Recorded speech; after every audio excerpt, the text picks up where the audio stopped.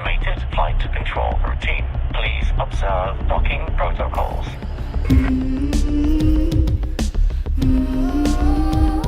You've waited long at the engineer's base ride. No one's here, only landing bay number lights.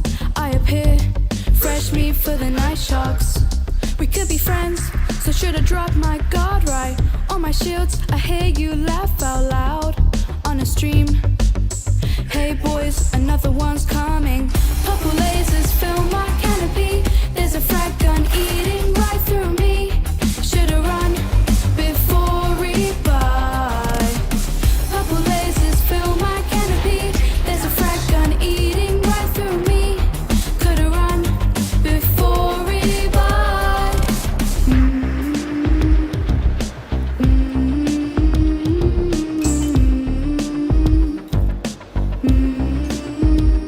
It seems so dull, the bubble files are empty. Got my meds, been grinding all these rarest finds. Heading out to Seattle Palins. After that, my energy is failing, but I'll take my chance, embrace it all tonight. Purple lasers fill my canopy. There's a frag gun eating right through me. Should've run before rebuy. Purple lasers fill my canopy. There's a frag gun eating right through me. Should've run before rebuy. Can I highway before my hole gets rushed? Can I just hide before I eat the dust? Can I escape to another night or an hour of tomorrow when the bugs won't bite? When the bugs won't bite. When the bugs won't bite. When the bugs won't bite. When the bugs won't bite. Can I wake before my hole gets crushed?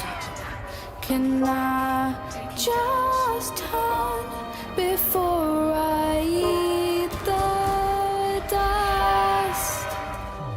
Can I escape to live another night?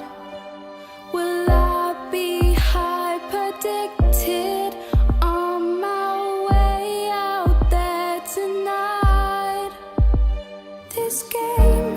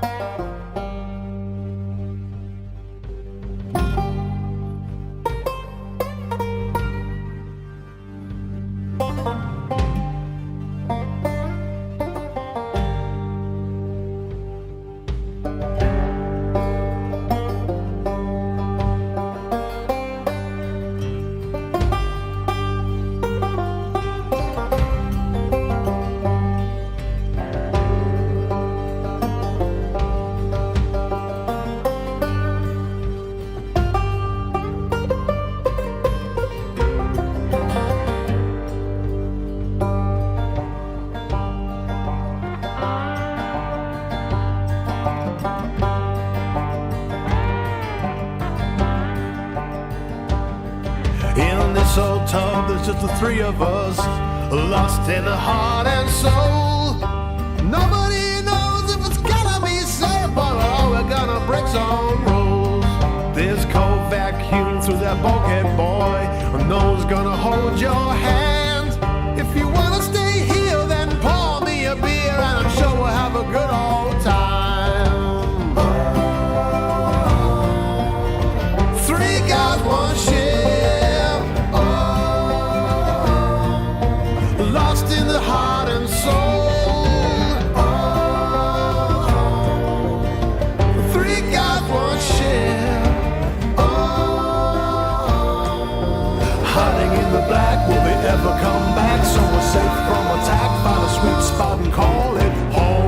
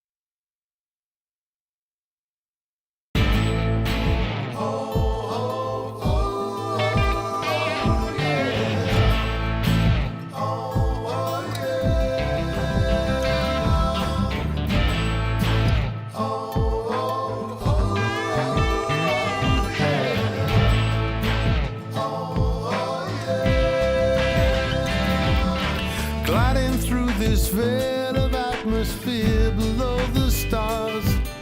My cobra's shining, the engine's whining, my eyes fixed on the prize. I got no past, don't own a future, all I have is in my hands.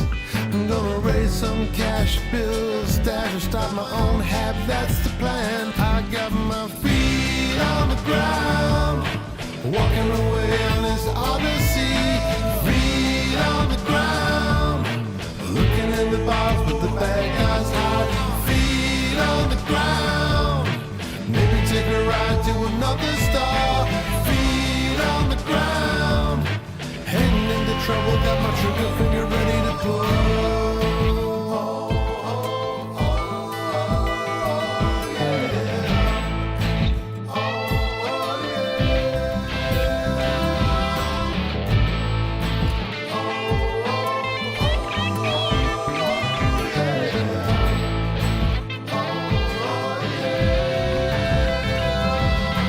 Just a gun for high sea, ain't got no rep to lose. Let me walk away, you'll see another day. It's up to you to choose. Just adrift in mud, a hobo, sleep on apex seats. But if you need someone dead, put a price upon the head, no questions, I sound that discreet. Feet on the ground, walking away on this odyssey. Feet on the ground, looking in the box with the bad guys hide. Feet on the ground, maybe take a ride to another star. Feet on the ground, heading into trouble, got my trigger finger ready to pull.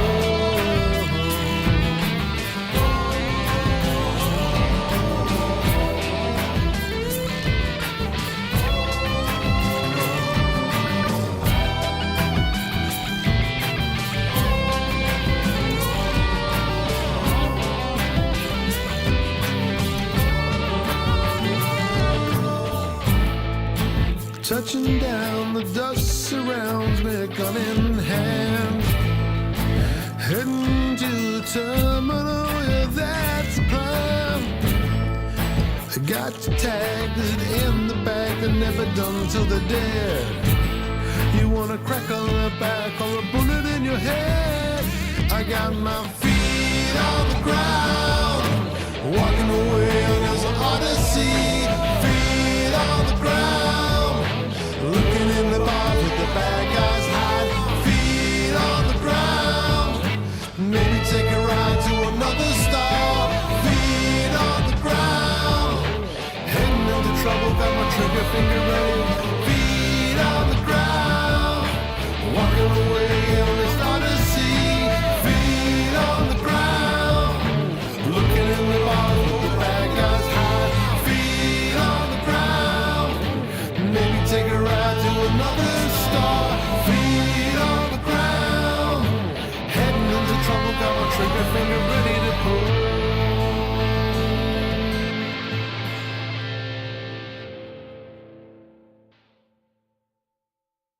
Landing gear retracted.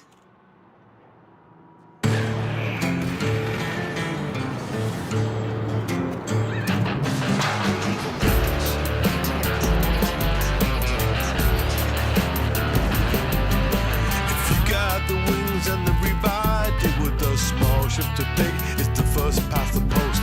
Everybody's lined up, staring at the slot gap, smiling at those guys with the Top Gun figures on. Pitchfork waving at the neutron thruster, boy boost to the max as we skittle off the ToCoSo rack. Turn, maybe turn before you even think about it. Gotta be slick like an oil tank spewing it. We got the speed and need. We're racing out the galaxy.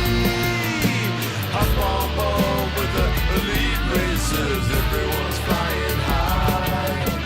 We got the speed and need. We're racing around the galaxy.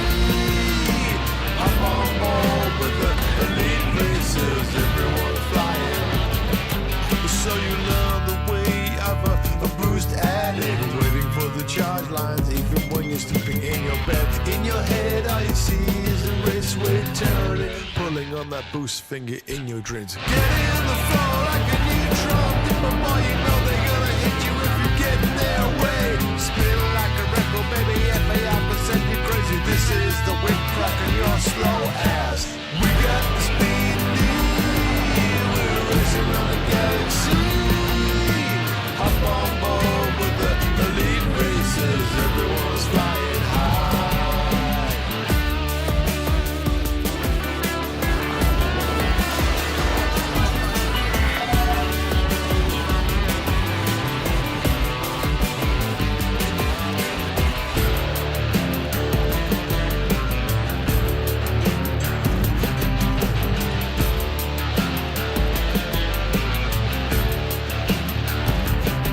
So you jump in the game that's a Sandy Ring Raceway, lose an ego as a Lano too. The Fast here classic makes you feel quite tragic, but you finally get that feeling, yeah. You chasing all the back at the Squirrel Nest bar, we're racing to the front of Corrado too. You set the pace at the Kuiper Raceway, everybody talking about you. We got the speed need, we're racing around the galaxy. Hop on board with the elite racers, everyone's flying high. We got the speed need, we're racing around the galaxy. Hop on board with the elite racers, everyone's flying.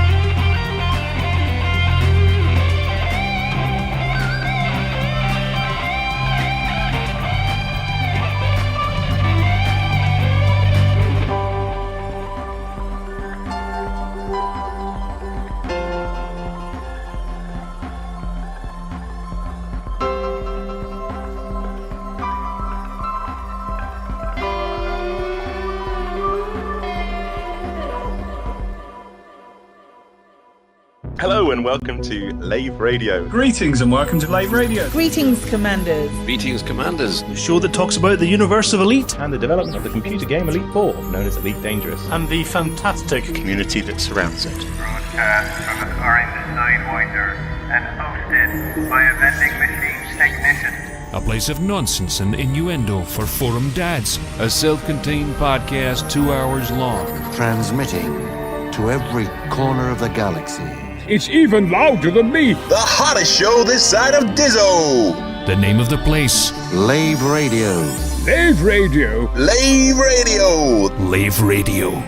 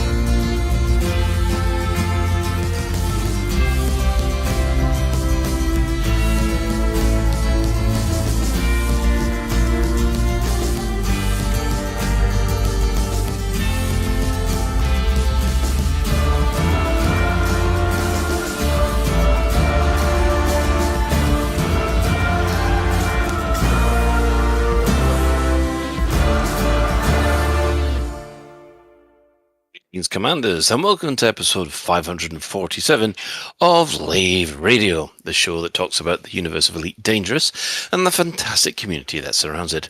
I'm your host, Commander Phoenix Defire, otherwise known as Colin Ford, Chief Archivist of Lave Station, and joining me in the orange Sidewinder bar for this episode, we have our SRV Banksy, Commander Alec Turner.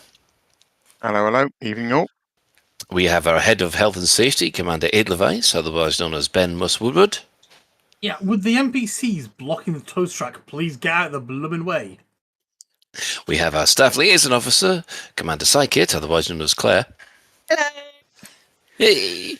And also, we do have a guest, which we've described as him what does music and stuff. And that would be that was my thing. Commander ToCoSo, otherwise known as Tom. Commander Oz. That's good. So, yeah, if you wish, you can join us live. We're hanging out in Game in Open. I'm staring out of the window at the bar with various people coming in and visiting, and hopefully my internet will be able to handle the show and the game running at the same time. Let's hope. But if you cannot join us, there's also the Twitch chat channel, which is available, and you can access that through laveradio.com/live. Click on the live chat, or go straight to twitch.tv/laveradio. Before we actually proceed with what the crew has been doing for this last week, we actually have an announcement to make. Now, for the last 12, 13 years, for as long as this podcast has been running, we have been lucky enough to be supported by Psycho Cow and the gorgeous website. Unfortunately, Lave Radio's been hosted there. We've basically had free hosting. However, life changes, things move on, and unfortunately, we can no longer host Lave Radio there. So what we are doing, and what we're doing at this very moment, is we're moving the website and all the podcasts to Spotify for the podcast. That is, but so hopefully. You won't see much of a change. We'll just have to wait and see how the website holds up. Things aren't there. If things aren't there right now or in the next week or so, that's why. just to let you know, we're in a transitional period. We've gone dark. Blame Spotify. Yes. So we'd just like to take this opportunity to thank Cal for looking after us for the last 12 years, because it would have cost us an absolute fortune to run the show without his help. And the fact that we've been able to mooch off him for the last 13 years is very, very much appreciated. And he's helping us move as well. So what can we say but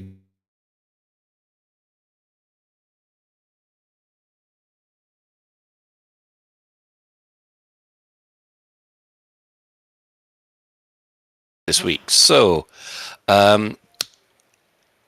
Psychit. Hello. How have you been? Hi. I just had a massive dip in my internet connection, and I heard from you. Okay, so that was everyone. Right. Okay. Okay. If it was Discord, Colin, we heard. What can we say? And then that was silence. Oh no! So take it again, mate. Take it again. What can we say? But thank you, Cal, for mooching off you for the last 13 years, and everyone give him a round of applause. Yay, Cal! Well done. What can we say? Nothing. So, Claire, what have you been up to this week? What timing? I went to see the absolutely beautiful film that was, and I'm going to say beautifully visually, the beautifully.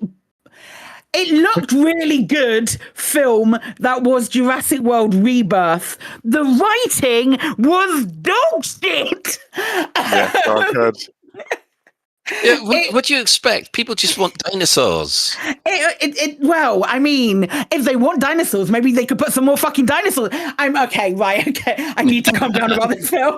That's a very ironic comment, Colin, given the film's. It was. I mean, I thought it was really interesting how they managed to cobble two different movies together and put them in the same film. I thought I think some of the ending dinosaurs, like its premises, and it opens at this bit. Some of these dinosaurs are experiments that have gone wrong, but they've gone so hilariously wrong that it is distracting from the movie. Does it look like No Man's Sky? It kind of like the big bad. The big bad dinosaur is this thing with a big bulbous head.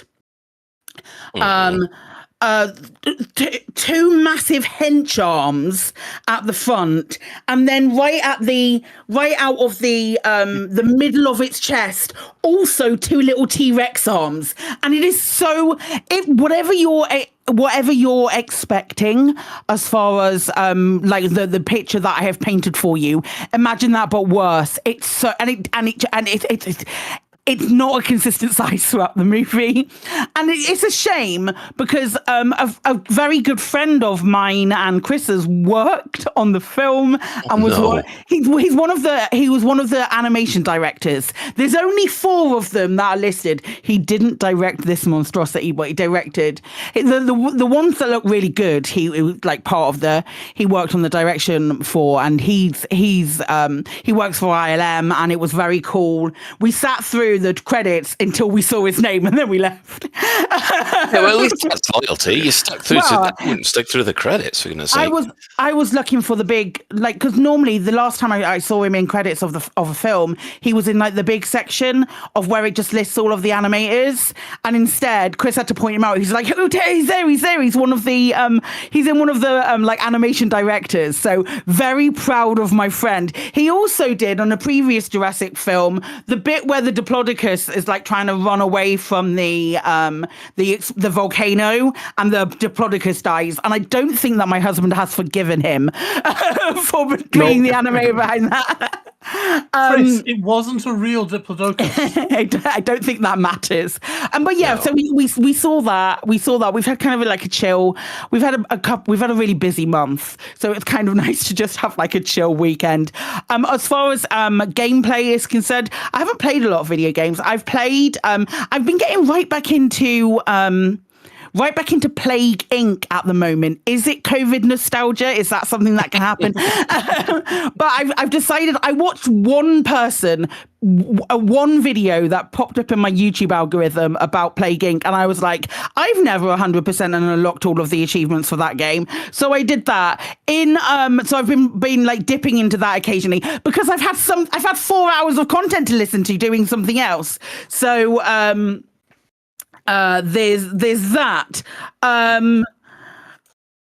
So I like listening to things. It's been nice to have that on and listen to like what I would normally do. It was really good. It's a good game. In Elite, today I made between me and Captain MD, we made 4 new like settlements in our Yes. in my system, like four new different settlements, trying to build up stuff. I want to have cartographics in my system, so I have to jump through so many different hoops to get to a point where cartographics is a thing. And we built 4 today. A Cap in his cutter and me in my Panther Clipper with all of the added cargo racks and the extra, like the 35% cargo racks and all of that.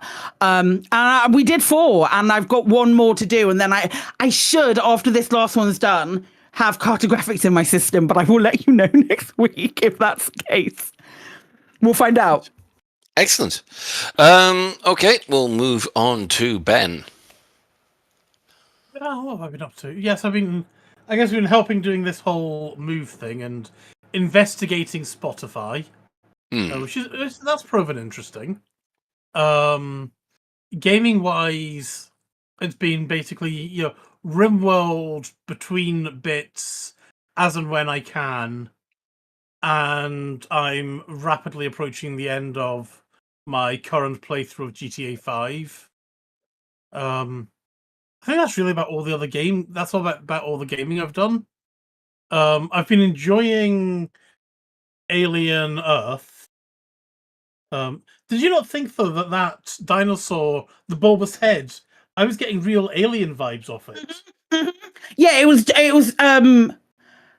It totally distracted my immersion. Full. Yeah, like, hang on. Wait a second. This isn't a dinosaur. This belongs in space somewhere. That was the kind of. It could be a rancor as well. Someone The thing is, can we harvest it for eyelashes? Yeah. Profane Pagan was saying it's a kaiju, not a dinosaur, and they're not wrong. It was. Yeah. I think that's really about the extent of my life. Really, it's been, nothing hugely exciting, and not even a chance for any real gaming. Oh, fair enough. Yeah. Well, then we'll move on to Alec. You'd say that like, help, save us, Alec, do something. I haven't had a very exciting weekend, so I'm not sure I can. I went to Weatherspoon's breakfast on Saturday. Woohoo! Actually, no, I did do something cool. We went to the Twinwood Music Festival on Sunday, which we've been to a few years now, which is a sort of retro music and dance festival where everyone dresses up in either typically UK or Americana 1940s, 1950s. And there's a whole range of 40s and 50s music, and there's loads of food and drink and beer, and it's all set in these beautiful woods that are all kind of around it's the airfield where Glenn Miller's plane took off. So was last seen. So it's a really cool site as well. Yeah, it was a lovely day. So that was really good on Sunday, and then Bank Holiday Monday, I went to see the new Fantastic Four movie. I'm going to blame Claire for this. I think she got my expectations too high, and I have to say I was a bit disappointed. I'm sorry. Like it very much. That's fair. Really like it. But do you know what? Given how much you've slagged off Jurassic, maybe I should go and see that. And go and see it. Go and see that. I'm sure you will. I'm sure you will. You're wrong. Respectfully, you're wrong about Fantastic Four, but I'll allow it. Yeah, I mean, I know a lot of people liked it. I just, meh. Sorry, it didn't do it for you. It didn't work for me.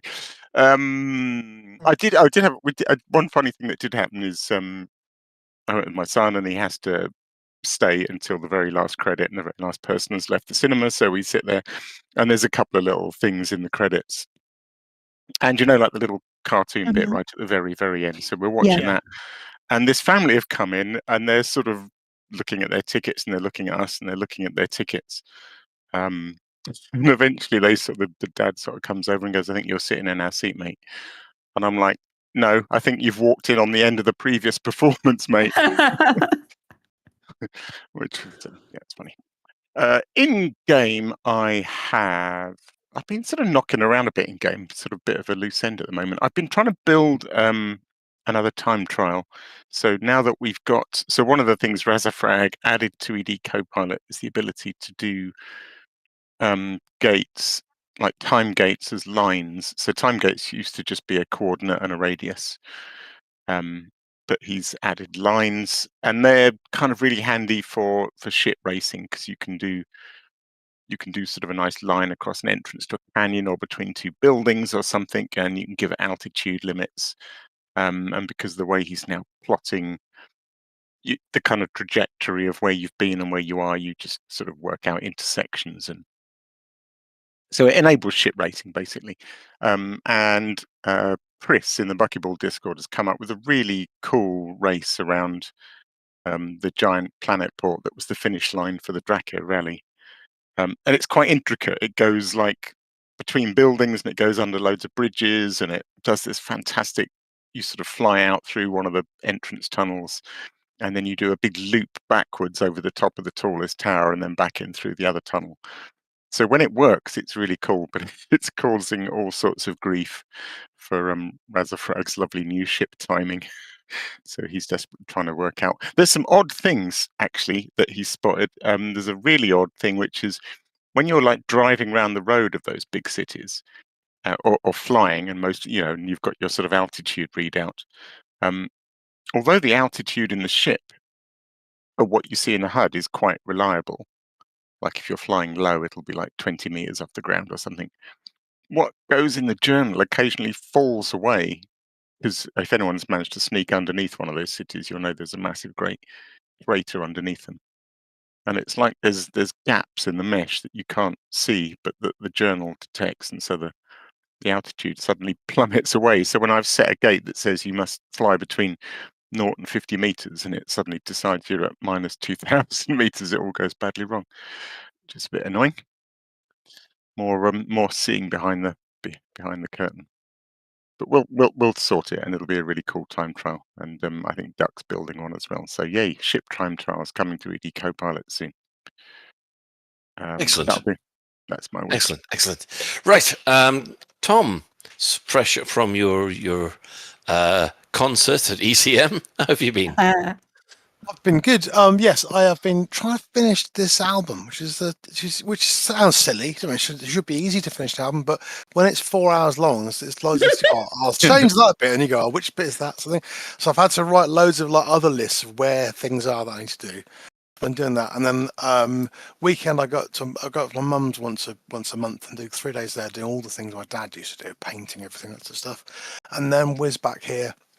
A bit of work, and then was like, right, I've still got there's a song Hellie's got to finish a few lines on, so she's always like, oh, I'm not in the mood, and I'm like, it's out on Saturday, come on. But get there. But I've been loving Alien Earth. I've been really enjoying that. It's been brilliant.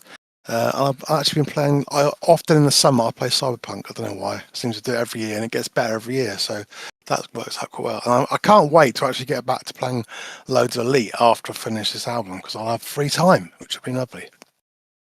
Excellent. Yeah. Well, that just leaves me. I mean, my own Cyberpunk playthrough has been stopped at one critical moment, because I have to wait until make sure there's nobody behind me before I press the next play button. So, yes. Those of you who know what I mean, know what I mean.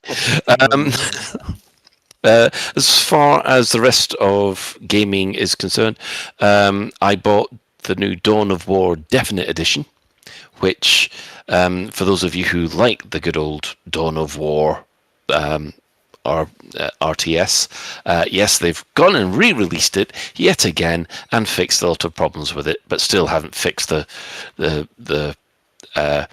WASD that I wanted them to do to scroll the map. But less about that, said about that, the better. So I've been playing through that, and I forgot how hard it bloody was. And then a lot of Elite. Obviously flying around in the Panther Clipper, collecting as much stuff as I need to take to the fleet carrier to do to build a bar, because I am building a bar in my current system before leaving it alone, because I want people to be happy. So that's what I'm doing in my A game. My power play commander, as people will find out, I've gone full power play panic, because things aren't going well for the power that I'm pledged to, and I'm trying my best to try and reinforce and help the Emperor in as many ways as possible. So I've even started to put together a squadron. I know, it's weird. So yeah, more details about that in a future episode. Hopefully by then I'll have worked out what everybody, all the permissions and ranks are actually going to do. But once I've done that, then I'll announce it to the world, and then nobody will join. But so that's been us for this week. The development news. What has been happening this week? Well, first things first. We don't know if there's going to be a Frontier Unlock this week. There's due one tomorrow, but we haven't heard anything. So watch this space. We'll just have to wait. There's not been a single tweet or post about it, which is really weird. There's also in the Frontier Unlock Discord, normally they do an event for it. Mm-hmm. That's not there either. Thirdly, they should be, because they should be pimping the Jurassic content. Not so worried about our stuff, because we'll get stuff eventually anyway with regards to the new ship. But there should be Jurassic content. I don't know. It's weird. Yeah, it'll be interesting to see. That'll be the first one they've missed since the Frontier Unlock format came in. So that's a bit of a weird one. The other thing was that Phil, community manager, confirms on the Frontier Unlock Discord that there are no plans at the moment to make the engineered cargo racks that everyone ran about to get available as a tech broker or engineer unlock. So if you ain't got them, you ain't going to get them. Well, I can't remember who it was, but there was someone in Discord who said to us, "Oh, you don't want to. You're being really negative because you were talking about it being an unlock," and I'm just sort of like,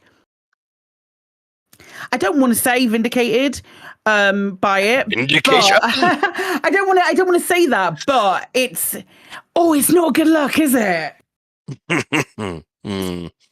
Yeah, but then again, how many people? 43,000 people took part. 48,000, I think it was. Carl. 48. Last time I checked, it was 43, but I'm obviously corrected. So that is now almost 2.5 times the number that we're taking on the Thargoids.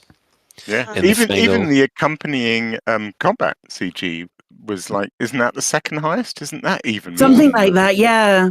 Which is really interesting. Like, it's not just people going after those cargo racks. It's like there's like I don't know. There's a Zeitgeist at the moment. People are really into doing CGs.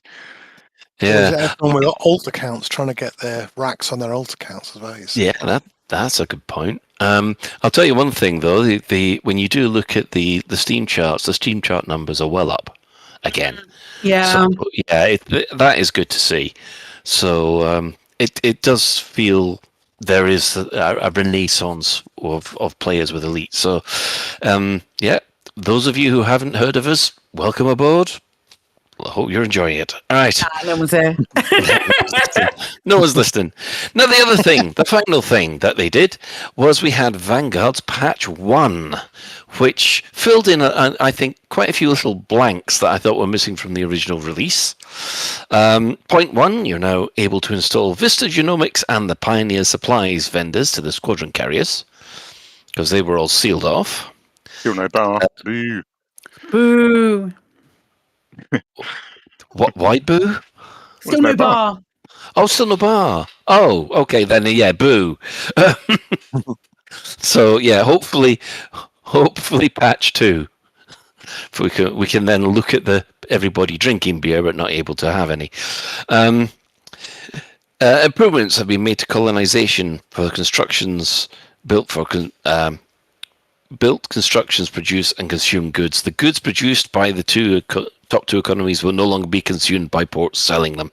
So that means that there should be more stuff available for you to buy. Yeah. Now, this is interesting because I thought this happened, but the maximum number of members in a squadron has now been raised to 600. It was 500 before, which was the standard. And the maximum number of applications you can process at a time has been raised to 25, up from 10. And there have been further improvements made to the profanity filtering within the squadron mottos, which I know about because I tried to put in a motto for my own squadron in Latin, and it said there was some profanity in it. Now, I don't know. I was looking through it thinking, I've got a pretty dirty mind, but I can't see anything that's dirty in there. But obviously, it might have thought that Latin is dirty. It only needs a couple of letters on the end of one word and a couple on the beginning of another to be 100%. it or something, and off it goes. Yeah. So a couple of other things. The fuel transfer limpets had been fixed. So fuel are back in business. An approved instance of fleet carrier hangar bay lighting has been corrected. So yeah, but there is still a known issue where the squadron's cargo insurance perk has been temporarily disabled while they resolve an issue. I hope they resolve it quicker than some of the power play things they disabled recently. Honestly, though, everyone's like, I don't think that many squadrons will have picked that one anyway. To be completely fair, when that notoriety and that bounty reduction one is right there, I'd be very surprised how many people picked it. But you know what, Frontier, you take your time, loves. It's not a problem. Yeah, there's a whole lot of little bug fixes, which is nice to see that those bug fixes are coming in. So yeah, that was a quick turnaround on a couple of things. So that was nice to see. So yeah, and that kind of, I mean, everybody happy with that patch so far? So much more that they could do. There's so much more that needs doing. I tell you what, I didn't mention that we did a little bit more of like testing on to how we could get somebody who wasn't on the fleet carrier, who wasn't in the squadron, onto the squadron carrier. And we did a little bit of testing with that last week. And thank you so much to the announcer for being my guinea pig. Let's call it victim. But I got him into a squadron into a wing or a team with me, and he was able to come onto the squadron carrier when he was in my team. He's not in SOAC, so he could come and get on. Yeah, okay, it's news, isn't it? He could get onto it, but once I could drop him from the group, drop him from the wing, and he could see when he was still on the carrier, he relogged back onto the squadron carrier, even though he wasn't in a group, but he couldn't get to his ship. So effectively, we could kidnap him. No, wow. So did the lift stop working? You've just invented a prison ship. Well, the escape pods are still there. The lift worked, everything else worked for him, but he couldn't. There was no option for him to get to his ship. So he called his ship over to the fleet carrier. So basically, I've stolen one of his ships temporarily until he gets to a different shipyard. Oh, but that was funny. That was about. I thought it was fascinating. We did a lot of like dicking around with that and seeing what he could see and what he couldn't see. So it's not like he was physical multi-crew in your ship. He was just in the wing with you and was able to land. No. So he was in my ship with me. I flew him over. Okay. I flew him over to my squadron carrier. He landed, he got out, and he could order his ship then to the squadron carrier. But then he couldn't actually get back onto the ship. So the squadron carrier had his ship. So it's like the ultimate ship thievery. We had a ship, but we didn't have. He had no way of getting to it. But it was an interesting experiment for sure. Yeah, but that is the way you can do it. Science. Okay, what does people think about this new way that you can actually see where everybody in your squadron actually is? It's not even just in your squadron, is it? It's like anyone. It's everyone. Yeah. Everyone. Because I was listening to the Loose Screws the other day, and they were 50-50 of whether it was a genuine bug or not.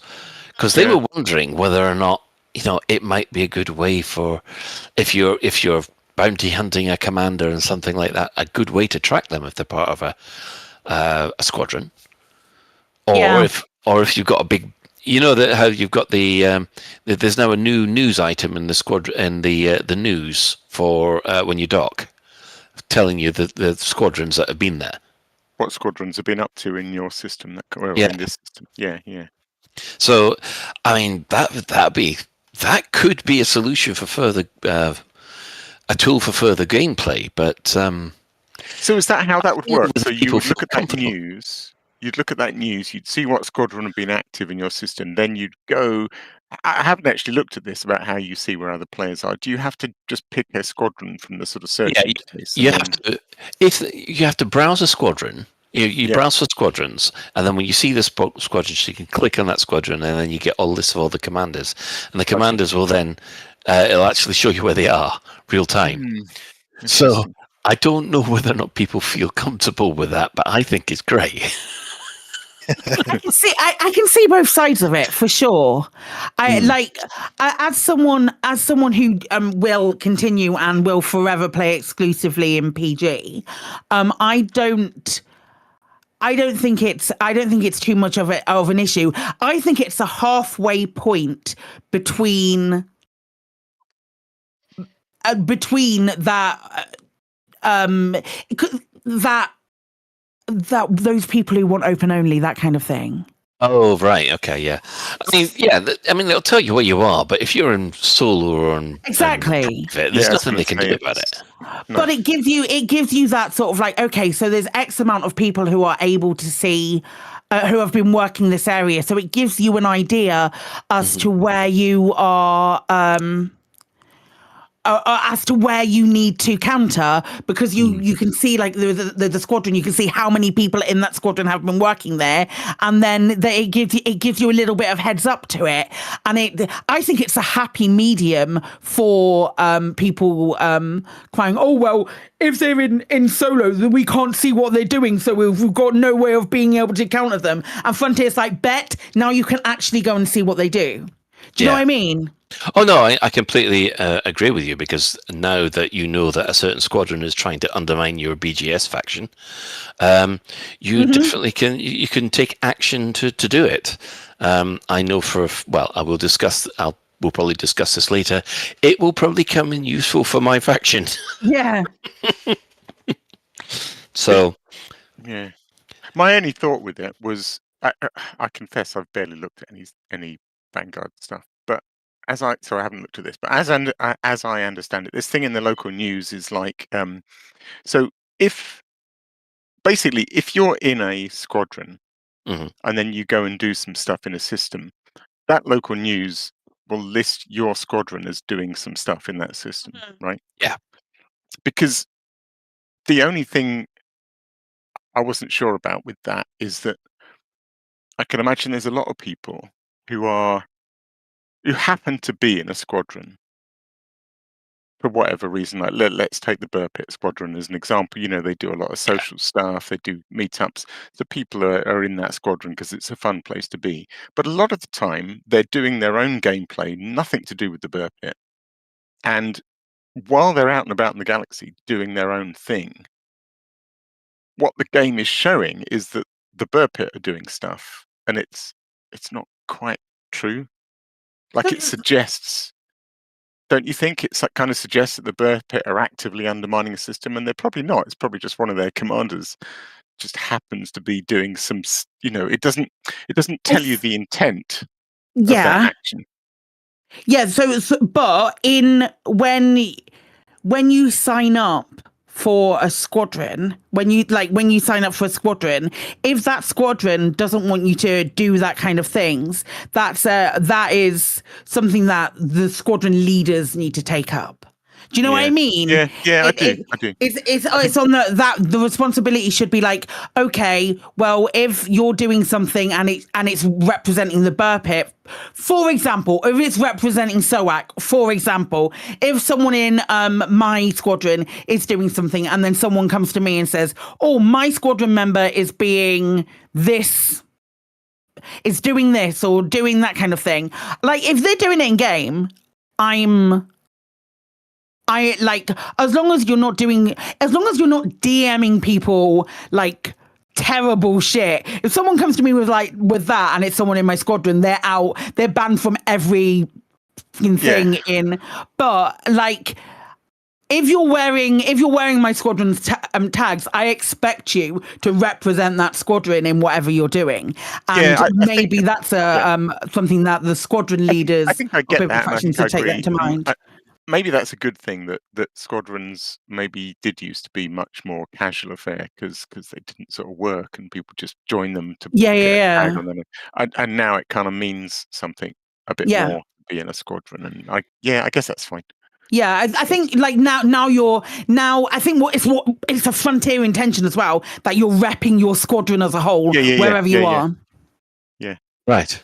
Well, interesting little discussion.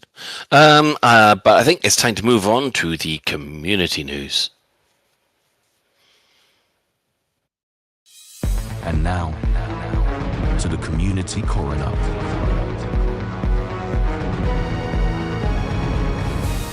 It's a dead game, innit, mate?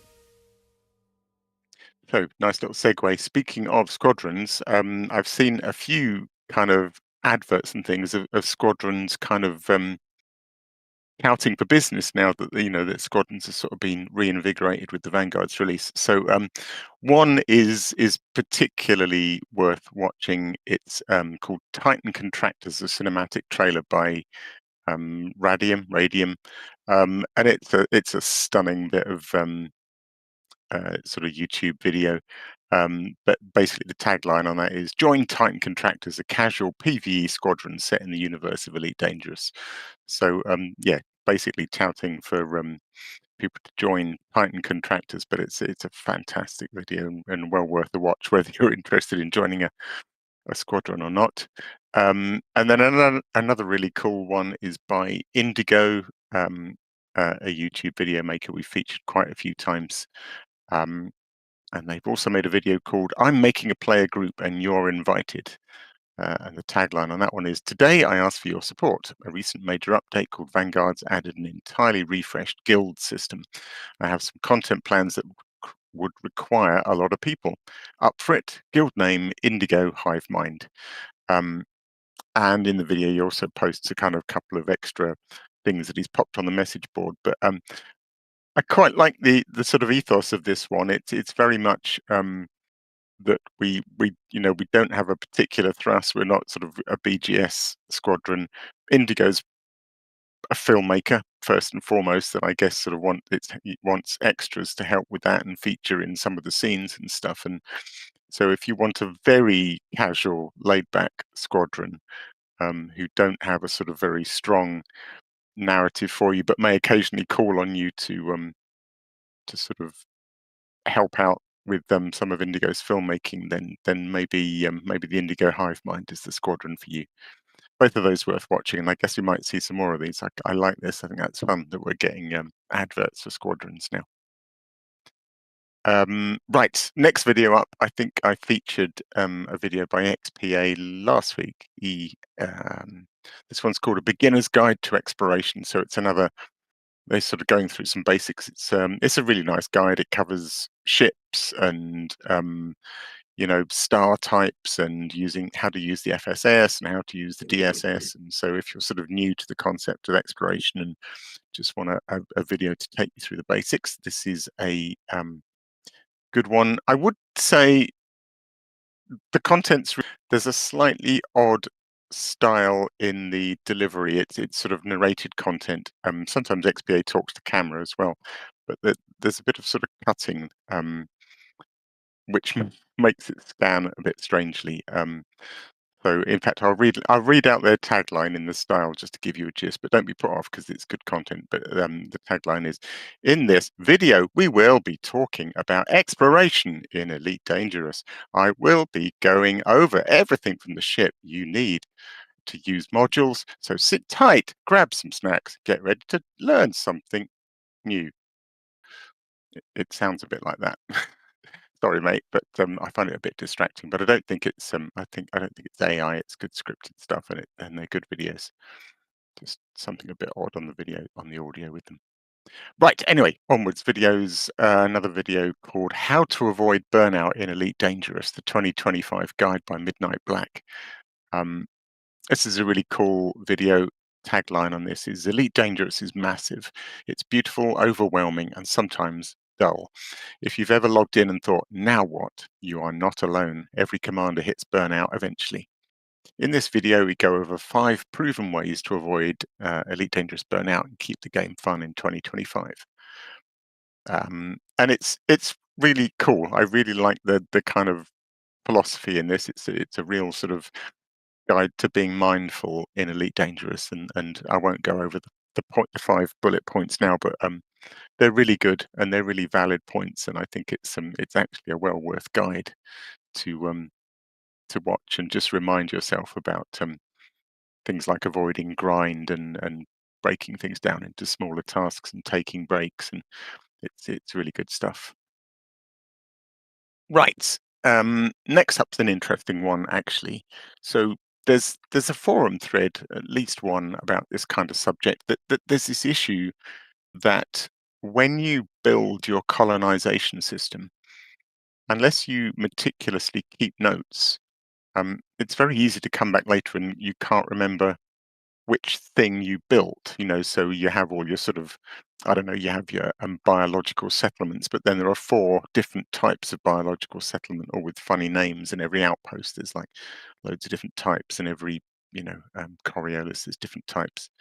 And particularly with some of these sort of fantastic spreadsheets that are out there now to tell you how to build a good colonization system, it's really annoying if you can't remember what you built in the first place and can't kind of retrospectively fill those spreadsheets in. There's some tricks you can do with kind of going to rename your settlement or station, and I believe there's an icon in the renaming interface, and if you look hard enough, you can also find that icon in the pick list and work out what it is the hell you built. Anyway, the guys that brought you SRV Survey, which we've spoken about, have a really neat little website called ravencolonial.com #viz, and it's basically a gallery of pretty much every orbital and surface colonization construction you can build with their kind of internal names. So I guess if you can sort of visually compare, there's a good set. Each one's got screenshots, and if you compare those with what you've built, you have a vague chance of working out what the hell you built in the first place. Can I add a thing to that as well? I used Raven Colonial for the first time today, and oh my god, it's so good. Yeah, you don't need to have any. You don't have to have anything else. So, I used it in conjunction with SRV Survey. So SRV Survey is giving me the overlays for doing the colonization, but it redirects you to Raven Colonial as well. And I don't even need to have Enora open because it does the. It shows you where I can buy shit on Raven Colonial. It's so good. Yeah, it's a good website generally. I mean, I focused on one aspect of it, but yeah, it's the thing that's tied into SRV Survey, and there's all sorts of good stuff in there. The next thing, I'm so glad I didn't miss this. The Burpit called it out, and I just wanted to call it out again because it's a stunning piece of work by Cohen Leff, who I mean, Cohen's sort of been around on the forums forever, basically, but used to do incredible work. Cohen's done loads of sort of their own designs for ship skins and things that are all fantastic. He even designed the logos and banners for my original Alex Best of Forum thread and stuff like that. So just fantastic graphic work.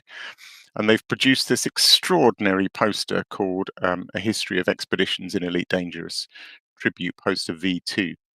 So I believe they did one it must be going on 7, 8 years ago now, but they've revitalized it. And it's just a staggeringly detailed poster of it. It features the galaxy map, basically, super high res, so you can zoom in on it. And it's got the complete path of it's pretty much every expedition has ever taken. So you can zoom in and see all these amazing paths snaking here, there, and everywhere around the galaxy. It's a thing of absolute beauty. And then there's a list underneath of every expedition that's featured, and most of the icons and logos that those expeditions had, and the things available in sort of versions that you can take to your local print shop and get printed out as wall posters. And so, a stunning piece of work. Right. Where am I? Oh, somebody's snuck something in here. I'm afraid so, yes. Go for it. All right. For those of you that have got a long memory, you may remember Anthony Hunt, who does these fantastic ship blueprints that he did for every ship, and some wonderful 3D prints, including he gave me at the last not the previous ECM a full I was about to say full size, but a massive orange Lave Radio Sidewinder, which I thought was amazing.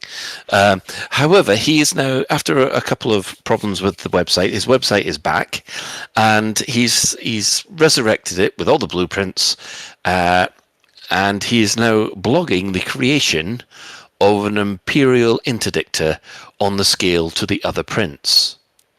Now, I have to point this out. He's using a similar scale to the one that I use for the miniatures game. Wow, it's going to be huge. Exactly, because he's already shown the front end of the ship as compared with the Imperial cutter. And so we'll put a little thing in the Elite Dangerous blog. Say welcome back, because he's had a little bit of trouble with his domain names and having people steal it and things like that. But yes, if you want to have a look at this, because he's planned it all out. There's about 40 prints he's got to do in order to create this, and I think he's done about 15 so far. So yeah. Just to admire the sheer audacity of creating a capital ship to that scale, you better follow. So that's amazing, and I'm so glad those blueprints are back, because they're beautiful. And then they did disappear, and people quite frequently would ask where they'd gone. And that's great, because they're a fantastic resource. Wonderful stuff. Item 8, we'll come on to this more later, but item 8 is, of course, the Galactic Radio 7 album by the fantastic ToCoSo, who's with us tonight. Album is coming soon, and we'll mention it again, but there's patreon.com/ToCoSo music, where you can get early access to that and give Tom some well-earned dosh, because it's bloody fantastic, as we'll come on to. I did notice somebody had added one final item to my show notes, so I'll just read it out and then add my rebuttal. So the item reads, P.S. Did you mention Loose Screws took part in the rally? They were complaining they weren't included in the results. To which my response is, do you mean the guys who said, and I quote their episode title, "It sucked," and called it the worst ground mining expedition ever?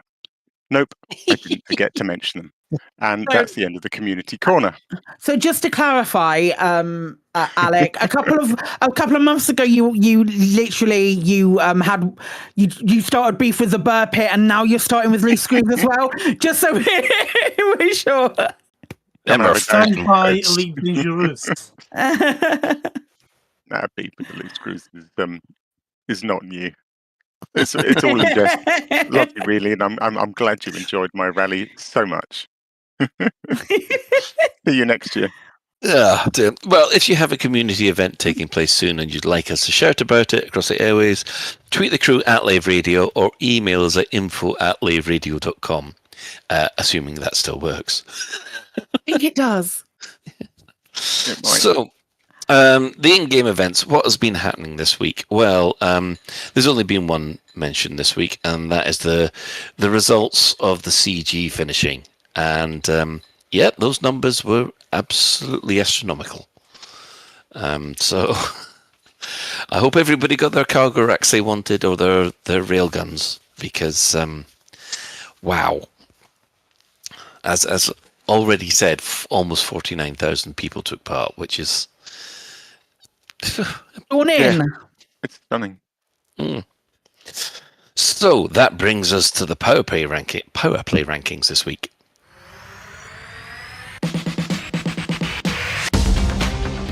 Remaining in 12th is Torval, but she's gained one system this week. Again, Patreus is still in 11th, having gained a single system, as has Delaney, who holds up in 10th. Winters gains 5 systems, up to 719 in 9th place, while Kane stays well ahead of her at 921, having gained 5 systems. In 7th place, we have Archer gaining 9 systems, bringing his total up to 951. Catching up with Antal, who's at 961, having only gained 2 this week. In 5th, we have Lee Young-Roo, who has gained 6 systems, bringing his total up to 1,196. Grom's gained another 2 systems in 4th place, bringing his total up to 1,209. In 3rd, we still have the Emperor. However, she lost 25 systems this week, on top of the 22 she lost the week before. So she is now down to 1,569. Nice.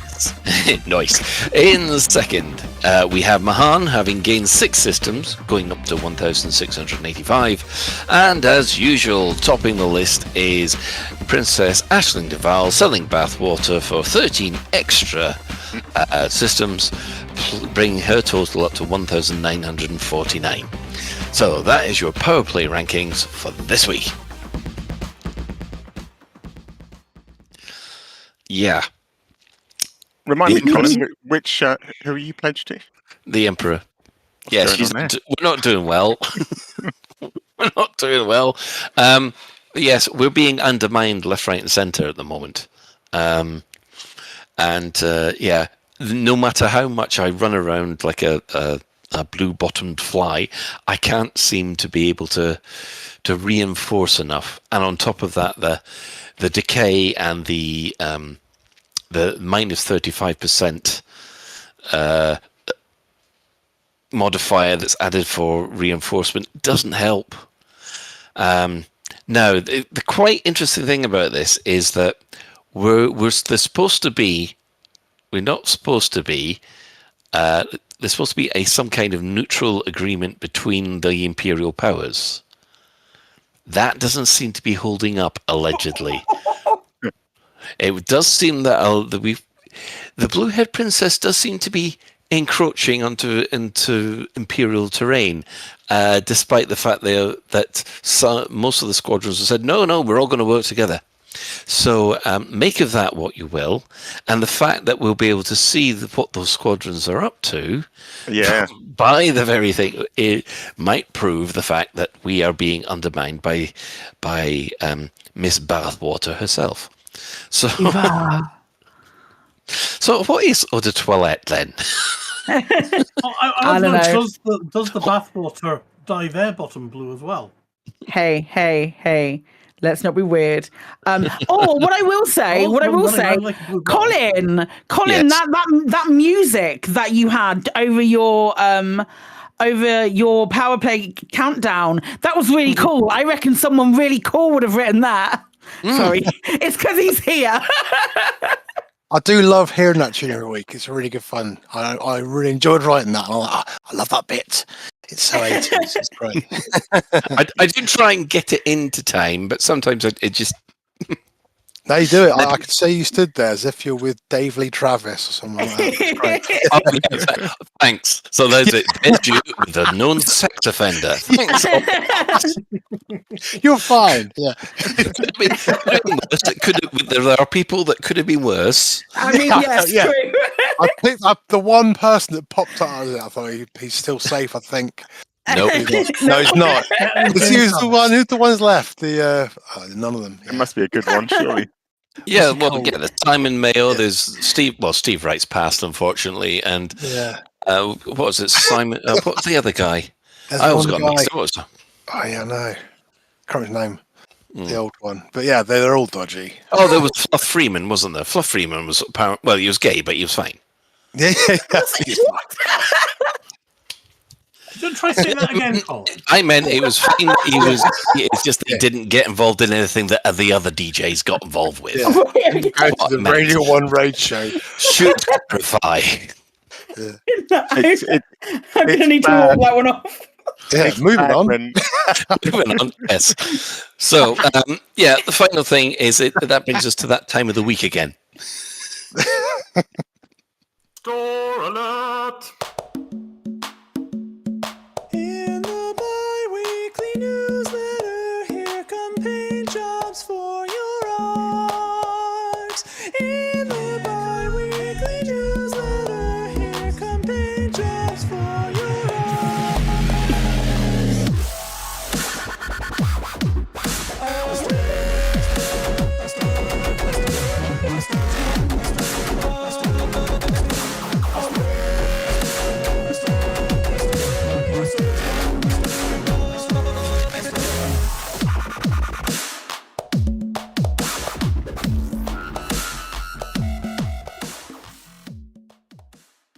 Well, there's not much, but there are continued discounts for fleet carriers. So that means fleet carrier skins, fleet carrier engines, fleet carrier corvuses, and of course fleet carrier landing pads.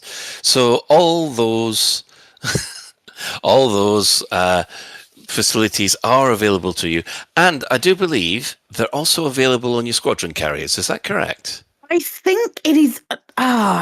Is it the pads as well? I think it might just be the skins, but it is all of them. So on the squadron, when they did the squadron page and they pimped out the squadron carrier, they showed 4, and I think there was a weird understanding that you wouldn't be able to get like all of them, but I can confirm you can if you have the 25 billion to splurge on a squadron carrier with your squadron, of course, you can put any of the fleet carrier colors on it that you have that are currently 2,750 arcs. So a bargain.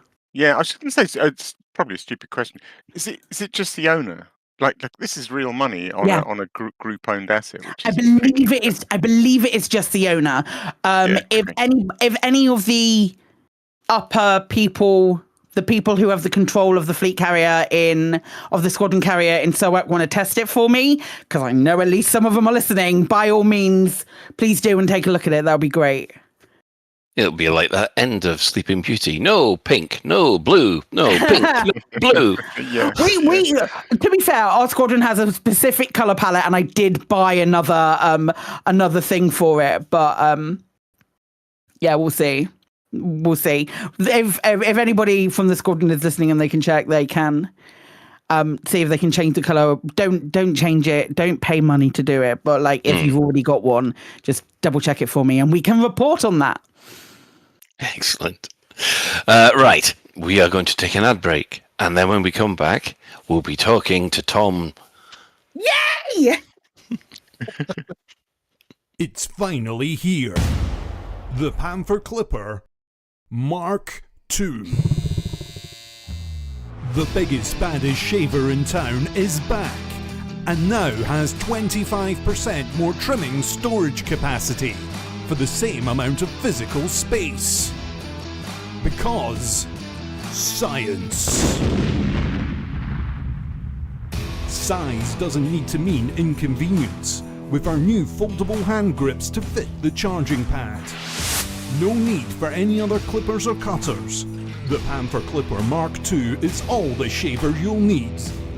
The Panther Clipper Mark II from Saracen. Are you happy now? Oi, how you doing, my brother?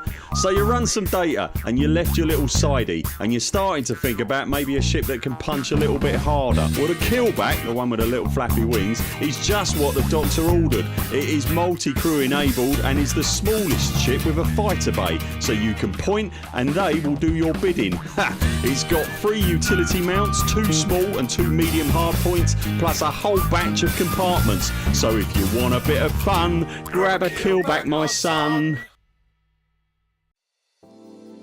From the porcelain palace of People's Princess Aisling Duval comes a fragrance like no other. Duval. Infused with the steam of stardom and the bare essence of excellence. Duval. Eau de Bain is not just a scent, it's a statement. Duval. Crafted from the actual bathwater of Aisling Duval, this limited edition elixir captures notes of sapphire lotus, imperial sandalwood, and the untouchable aura of a true icon. Duval. Make your friends blue-haired with envy. Eau de Bain, a new fragrance by Aisling Duval. Take a dip. Are you a commander who's tired of interstellar injustices? Do you find yourself constantly needing to express your displeasure? Look no further. Introducing the Manticore Pitchfork, crafted for the discerning commander who demands more than just a plasma gun to make their point. Made from ultra-durable, premium materials, these pitchforks are designed to handle even the most heated encounters with unruly aliens, malfunctioning droids, or pesky space pirates.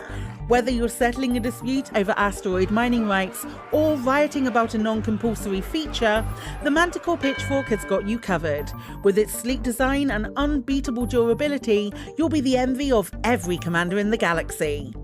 The Pitchfork will be in stores later this year, but if you cannot wait until then, you can get 3 months early access by visiting your nearest Frontline Solutions. Order today, and while stocks last, receive a free displeasure beacon. This lightweight handheld device combines all the functionality of a naked flame, but with 0 oxygen requirements. Now you can wield your torches in space, and even for a small fee, change their colour. The Manticore Pitchfork, when 280 characters aren't enough. You want a working classic? Built stronger to last longer? A ship that'll go on and on, with no dangling wires? Jump across the black, haul to every station, and when the Goids come close, we got some firepower too. Like on Spaceways, engineered and mechanically designed to stay on the job. Put a Lakon on your payroll.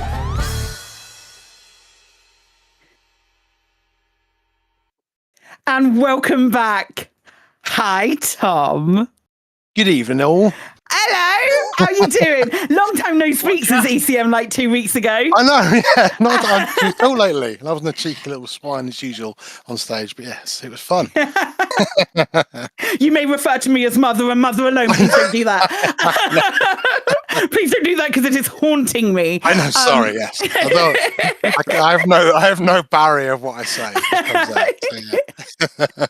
That's fine. You'll fit right in here. I'll be banned from going back again now. Tom, you've got a little birdie. Tell me that you have an album coming out in on Saturday, the 30th of August. August, yes. There's going to be a brand new album, Radio 7, The Attack of the Onionheadz, and it'll be on my Bandcamp stroke ToCoSo sort of thing. It'll be on there, and it will be free for an email address, or you can donate some money if you want to towards my lovely children, Helly and Marley, sort of thing. So yeah, and it's quite an album. It's quite an epic thing. So I mean, I've moved from, you know, I started years ago writing some silly songs about Elite, and then that became like a little album. And then the next one was like a bit more of an effort, so then building things up. And again, I think I did in the second album, I did like Let's Jump Together. And I did the Distant Worlds 2 sort of songs, and that got a lot of attention, sort of thing. And so yeah, and so and then after that one there, I was like, what do I do next, sort of thing. And then this idea of Galactic Radio 7 appeared, because I hang out with Spatcher quite a lot in games, sort of thing, and he's just a lovely guy. And so suddenly the idea of like, how do you make an album a bit longer? And the thing, I used to do loads of stuff on Reddit, sort of thing, and the thing I realised, and I used to get like thousands of likes for putting people into pictures and putting ships going underneath the London Bridge. And it's what people like. People in Elite love Elite, I mean, and they like stuff in game. And if you go a bit too far out of it, they go, "No, that's wrong." Sort of thing. So I was like, "How can I make an album even more elite-y?" And I was like, "Well, we can make up like a radio station, like you guys do." I mean, and we'd make a very silly one. Make up a radio station. Yeah. But then I can do all the things, and then also this kind of like stupid Spinal Tap world that I kind of exist in is like what would the bands be doing if they lived in Elite? What would all these things that we don't have in Elite? I mean, there's no culture in Elite at all. There's grinding. But it's like, like what would the bands be doing? What the characters be like? And it's really good fun to start creating these such stupid characters. Yeah. And then that was a few years ago, and I thought, right, I'll never do that again. It was like 3 months of solid work on that. And then, last maybe October, I first thought, oh, maybe I could. I think it's middle of the Thargoid War. I thought, oh, maybe I could do like a Good Morning Vietnam style sort of radio show for Radio 7. And then I sort of then started writing a few songs. And I thought, oh, maybe I'd do a top 40 style thing. That would be cool. Again, because I have 40 songs, why not? You know what I mean? And then I just couldn't quite figure out how to make something last for that. And then, of course, you get an idea, and then the Thargoid War starts ending. So you go, oh, I can't just do a show about the Thargoid War. And so then it just kept growing, and what was 10 songs became 20 songs, and then they became 30 songs, and then now there's 40 songs, I think. So, yeah. Yes, as you do. Do you know what I mean? So this thing just became like, how can I keep writing songs in the Elite universe? Yeah. The lyrics for me are really important. I really try and get as many words in as possible, as you know. But I try and no breathing. But I try and really keep it in the Elite universe and that sort of thing. So that's what I aim to do. I mean, and I love music. I love writing music. I love all different genres. So again, I try to cover lots of things. So the idea of doing songs in the styles of bands that people of my age might know, sort of thing, became an idea to do, sort of thing. So so this album just slowly grew, and then the idea of a story grew, sort of thing. And then I think Spatcher said to me, Spatcher was doing Elite Dangerous sort of mystery, and I helped him do some music for that. And I was going, it'd be really great to have an interactive story in this album, just to make it a bit harder. So then the idea of like, how can I create an interactive event with this album? And it's actually quite hard, because there's all listening posts, all this sort of thing. But then luckily colonial irrigation happened, and suddenly you could build things in space and name them, sort of thing. So suddenly I was like, right, I can build Radio 7 studios, and I could there's a pirate radio station, there's signal boosters, I can build these things, and I can build an adventure that people can listen to the album, and then they can actually get involved and do things, and then hopefully they'll listen to the album, and what they're doing will have an effect, sort of thing. So that is so cool. Is that already available on Elite Dangerous, or is that coming out? It's coming out on Saturday as well. It's all been checked. Amazing. Amazing. Again, the thing you do, I'll do this, and then you go, right, I need to get a photograph of the barman from that specific thing, and you go back there, and you go, I should have got a photo of this and that. So you end up just whizzing around. And again, colonialization has happened so madly that I've been able to place these things around. It's really cool. I mean, so and I remember when we were discussing, it's too short. We're never going to bring it anywhere with this colonization only having this certain amount. And it's like suddenly people are way out, sort of thing. So it's really cool. And I think we're going to hopefully go and poke some Thargoids soon, won't we, and see what happens with that. But so nothing will happen with that, Tom. Why are you saying that? Yeah, clearly. The developers are going, slow down, we can't write anything quick enough. So at what point did you get to 4 hours and go, that might be a little bit too much? Or did you go, we could make it 5? No. I think, to be honest, the songs kind of finished June, maybe. I started writing songs in December. So December was when I sit with my phone, and I just picked my my guitar up and write riffs and go and sing stuff, and then I go, right, how can I make that into an Elite song sort of thing? So I do a lot of that. So that was December, and then a lot of those songs formed January, February, March sort of thing. So April was my first real mixing of a lot of songs, and it got to quite a lot of songs by then. So I think it probably got to about 28, something 30. I don't know how, but it just did. And then I just thought, right, let's do a few more. Because again, you go, I've done that. And because Elite's so broad, you go, well, I can't not do a song about mining. No, I've got to do a song about this. I've got to. So it's really crazy to write, a short amount of songs sort of thing. Yeah. So I just kept, ideas keep popping up. And the hard thing is you stop writing and you go, oh, I could do a song like this. I could do a song like that. So there's still more in the barrel of fun sort of thing. But I got to, I think, about June, and I thought, right, I've got enough songs there. And now I've got to try and make the DJ script up. So the last Radio 7, I sort of half wrote a script, and then Spatula sort of formed it into stuff, because Spatula he's a filmmaker and actor sort of thing, so he makes lots of cool stuff like that. But this time I sort of just really sat down and wrote a whole script for ages sort of thing. I do theatre music. I have made interactive shows before in the theatre.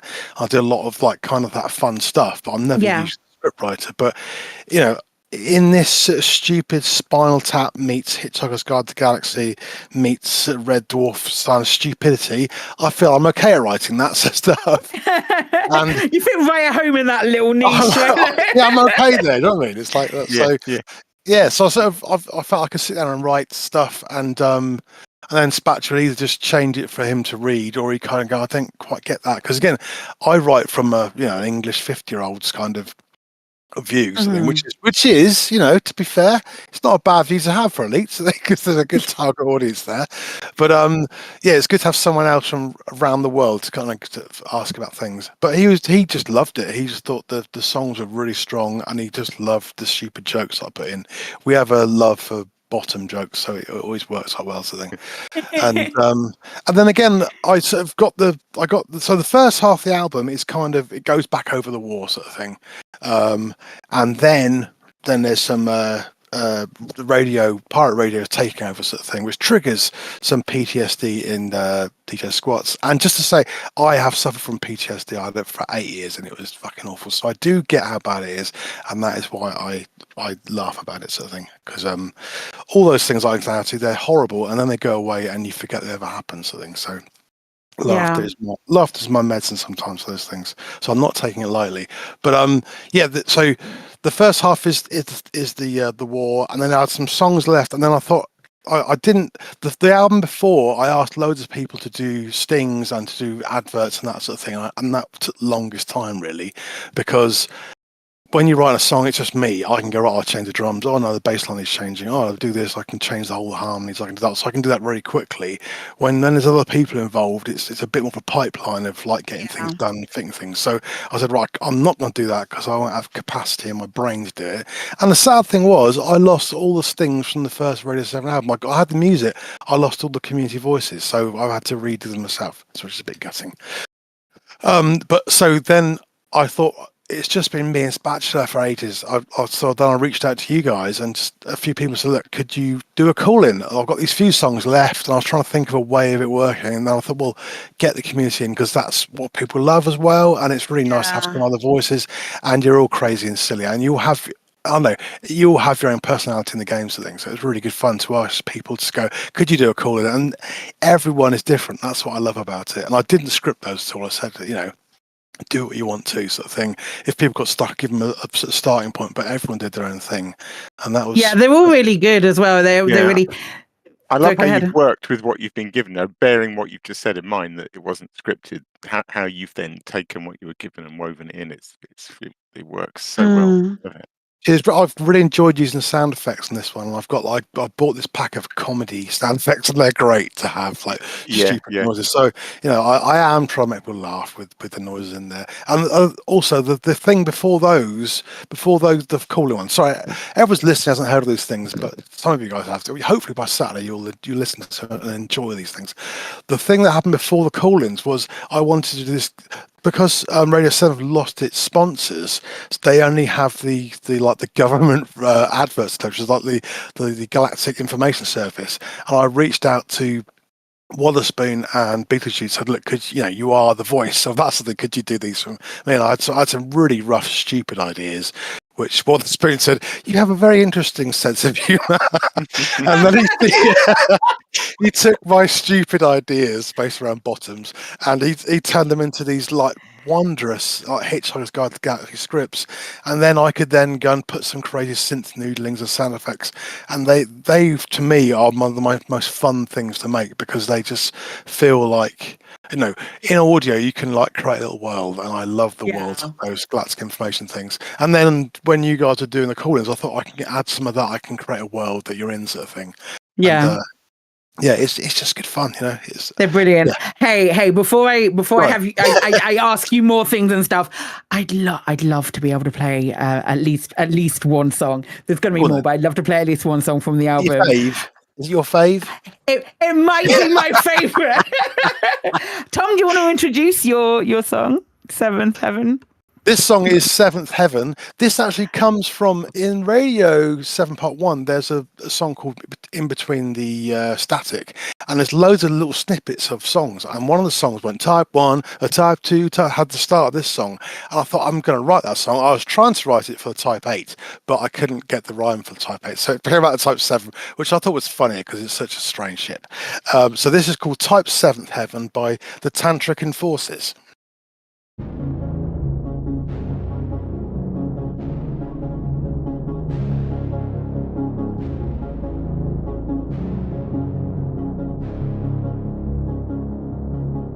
Type 1, a type 2, a type 3, a type 4, a type 5, a type 6, a type 7, 7, 7, 7th heaven. She must be mine. Never wanna share her with no boy. Know her lines, I know her heart. She blows my mind. Don't ever wanna leave that carrier without her anymore. I know I used to have love, but now they're lying on the carrier. Know that she's my type, and she's the one I'm dreaming of. Type 1, a type 2, a type 3, a type 4. Type 5, a type 6, a type 7, 7, 7, 7th heaven. The way she glides, building a sweet pad to take her to. Don't call her large, don't say those words. I know I used to have a love, but now they're lying on the carrier. Know that she's my type, and she's the one I'm dreaming of. I know I used to have a lover, but now they're lying in the gutter. Know that she's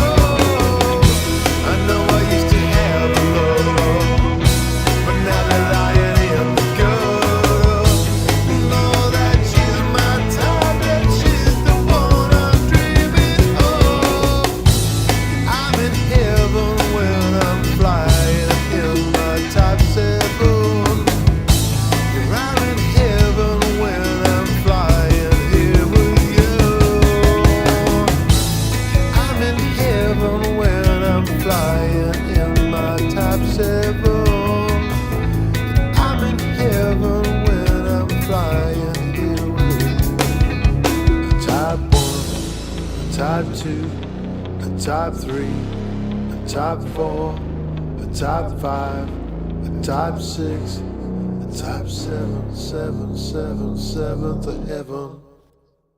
Oh my god. Oh my god, what a song. I love that so much. I had to mute my mic because I was belting it. I've had that on repeat so often. I love it entirely.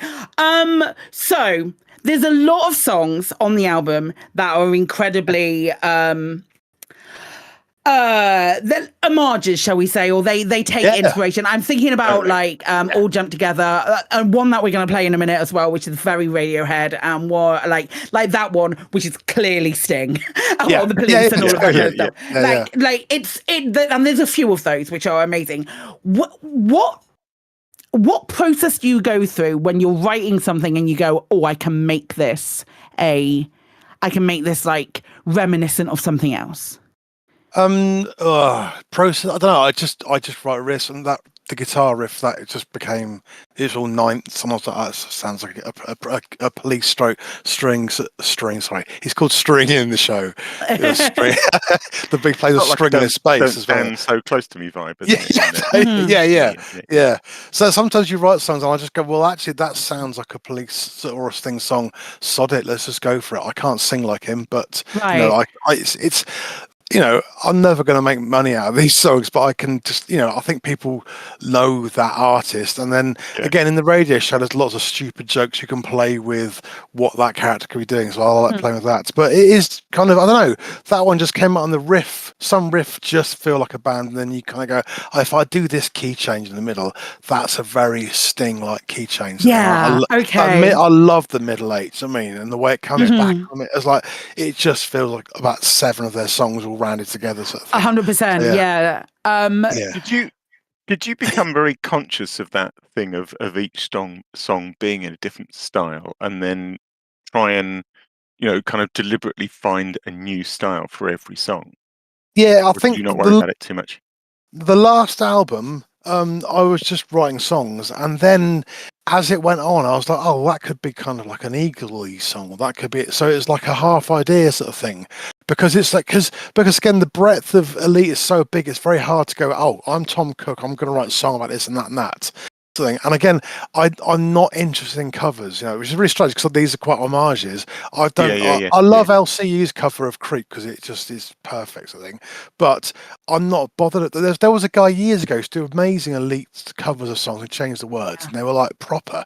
But that doesn't interest me. I really love playing the guitar, and I like writing songs. And then if I write a song, I go, that sounds like a Sting riff, but it's not. I mean, I was like, well, I could write a song in his style that would be about a ship. I mean, an ugly shit like have the whole feeling of it, sort of thing. And again, then my audience will hopefully like those songs as well because we all have this shared experience, sort of thing. But it kind of grows.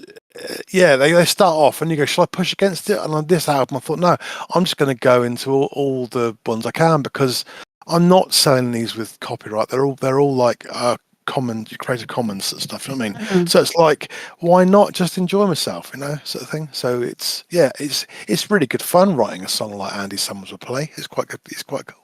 And then the next one go, and then go, oh, how would that? And some again, I don't often start them like that, but they become that way, sort of thing. So I'm trying to go, what? Because each song has, even though it's only me singing on them, I'd love to have all different singers on them. It'd be amazing. Because it would be great to just have different bands. The whole idea is that there are different bands in the elite universe, sort of thing. So yeah, it just grows, I suppose. Yeah. That has answered. That has, I think, to some extent, has answered. Answered one of my questions. Like I haven't even asked you. I was going to say, what comes first, music or lyrics? But your music. Yeah, music and noises out of my mouth, sort of thing. So I'll write melodies and music first, sort of thing.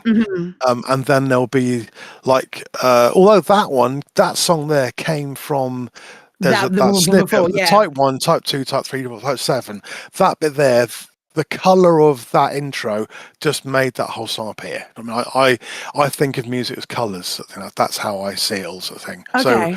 So if often you pick a sound, a synth sound, a guitar sound, whatever you lay down at the start, it almost paints the sky and the clouds, and then all you've got to do is put a few mountains and whatever else in. So I love the fact that modern music is so colourful, sort of thing. You're not stuck just on sort of set instruments. Not I've got to play the classical guitar. No, it's like I can play a synth at the start of that, and that instantly has this kind of feeling of something, you know. So that's what I've used for a lot of these songs is a certain sound, and then that pushes the band and go, oh, who could have done that song? You know what I mean? Sort of thing. So there's lots of stupid dance songs on the album as well.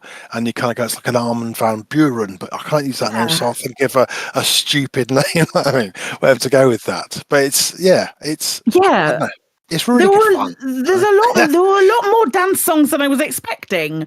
Expecting on the honestly. To be honest, I try and cover all the pots, you know what I mean? Because I'm like, there's not much dance, I don't like dance. Because again, music is like food, you know? If you cook your favourite pie for someone, they'll come around and go, I freaking hate that. I mean, I love this pie, sort of thing. So I'm really aware that you can't please everyone in music, but you can try and cover lots of pots of things, I mean, because I could write all songs I love and some might hate them all, because that is what music is like. People have really quite small niches that they tend to like. People are growing nowadays to having wider niches, but especially in the past, it's like, I like this kind of punk, but I don't like that punk because they're the wrong one, you know what I mean? And so I did make an effort to put a dance track. Actually, it's good fun writing dance music as well, sort of thing. Yeah. And again, at first, the radio Onionhead DJ, who's a bit of a London, I don't know, I grew up, you could tune the radio in and you could listen to South London, like sort of pirate radio, and oh, brother, all this sort of thing. So at first, it was all like dance tracks, and then that's how he first appeared. And I was like, well, I've got to write some really over the top silly dance tracks, and that's quite good fun, really, sort of thing.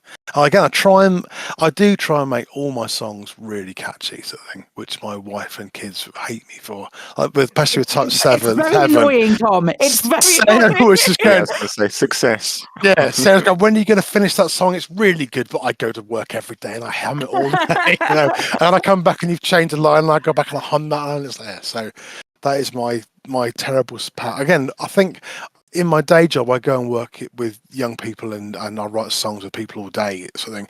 And to hit young people, you've got to make a really catchy thing quick. And they go, oh, okay, so that's what I think I'm good at, is writing quite good hooks quite quickly, sort of thing. So yeah, hopefully people have all these tunes stuck in their heads, sort of thing. And soon I won't have to listen to them again for a while. I'll have a little break. I know you love your music, and this is what like a really cool thing. I know that you create and you love the things that you create, and that's so refreshing and so awesome. Do you have a particular favorite style yourself, or are you just like, I just love music so much? I suppose when I was a teenager, I loved Frank Zappa, I loved the Police, I loved the Dead Kennedys, and then I got into a bit of metal. So that's probably what my happiest thing is, like overly complex music, but that has a really good tune to it, sort of thing. So that's my thing. And I like the aggressiveness of kind of clever punk, sort of thing. So that's a weird mixture. But again, I love classical music as well. I love music that's hard to listen to. I get very bored very quickly, sort of thing. If I can figure something out, I'm just bored. So I like things that I kind of go, like by the end of a bar, and I go, what the hell was that, sort of thing. That's my type of music. So even though I'm getting older, and I like more relaxed music now. But I don't know. Yeah. Something that tickles the eardrums, that kind of thing. Yeah, totally. Yeah, it's easy to write. Some of my older songs, I think I wrote, were very basic. You know, I work all day writing music for stuff, and then I'll write a lead song, and it was basically like, you know, doing nothing really interesting. And these songs, I've kind of gone, I'll write that and then go, actually, no, I want something more interesting in that there, sort of thing. So I try and done a few more key changes and move things around. And again, reflected nowadays, there are key changes happening in music. We've had 10 years of the most boring music in the world in pop, and it feels like it's changing. My mates went to a festival last week, and they said there was loads of female punk bands there, and they said it was so exciting, rather than just having someone just sort of singing the nursery rhyme tune over a beat, sort of thing. So yeah, so hopefully, I have put more effort into the songs It's a real complex album. I mean that in a good way. It's a real feast, you know. There's so much going on, which is amazing to get. You know, it's going to take me like 100 listens to get familiar with. Well, the thing. Spatula says, because again, he's started kind of being involved in this for a while. By the time he gets to the end of it, he's forgotten to start, so we can go back and listen to it again. The weird idea in the end of getting to 4 hours, like that's for me a Saturday daytime. It's like from midday to 4 in the afternoon. I can just play a lead and no one will bother me. I can just get totally lost in the grind and the joy of the grind. I'm going to do this thing. I'm going to work really hard. And I was like, well, if you could get a 4-hour album that is all music and stupid stuff, and it's long enough that you've kind of forgotten. So next time you put it on, you might put it on again, and then you'll find different bits of things. So yeah, weirdly, the length of it hopefully gives it a bit of longevity. Shall we play one more? Shall we play another song of the album? I'd really like to. Give you a little bit of space to breathe. I don't breathe. I never breathe. I know. I've seen your lyrics. Shall we have a bit of Friendship Charging? Yeah, go for it. Yeah. Who's this by? This is by the Hollow Thoughts. They had a track on the last album, and Hollow Thoughts was like, there's no radio in the future, so people watch Hollow stuff, sort of thing. So if you take something like Radiohead, it might become Hollow Thoughts as a different way of making an homage to Radiohead, sort of thing. So yes, incredible. I cannot sing like the man, but I can play cool. This starts off in 15/8. And then it goes. It's so good. Goes 4/4. Then it returns to the 15/8, but goes to 8/8. So but the chords are the opposite way around, and the middle's in 7/4, and then drops back for a bit 15/8. So again, I like that kind of shit. It's nonsense and it tickles the eardrums. Oh, isn't it? Yeah, keeps you awake. Yeah. Let's give it a listen. This is Friendship Charging.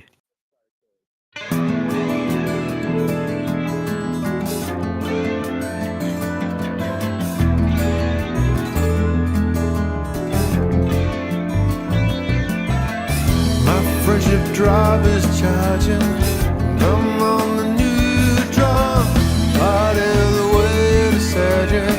Stop from the lighthouse. This ship is sold out now. Made it pay perfect for where I'm going to. Don't need a damn thing. Honking, scooping. Friendship charging.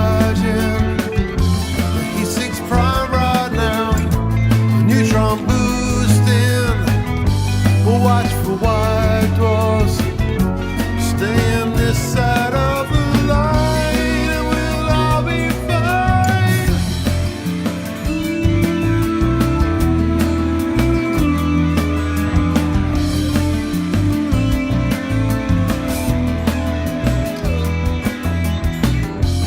My fuel tank feels so fast, can't see the map in time.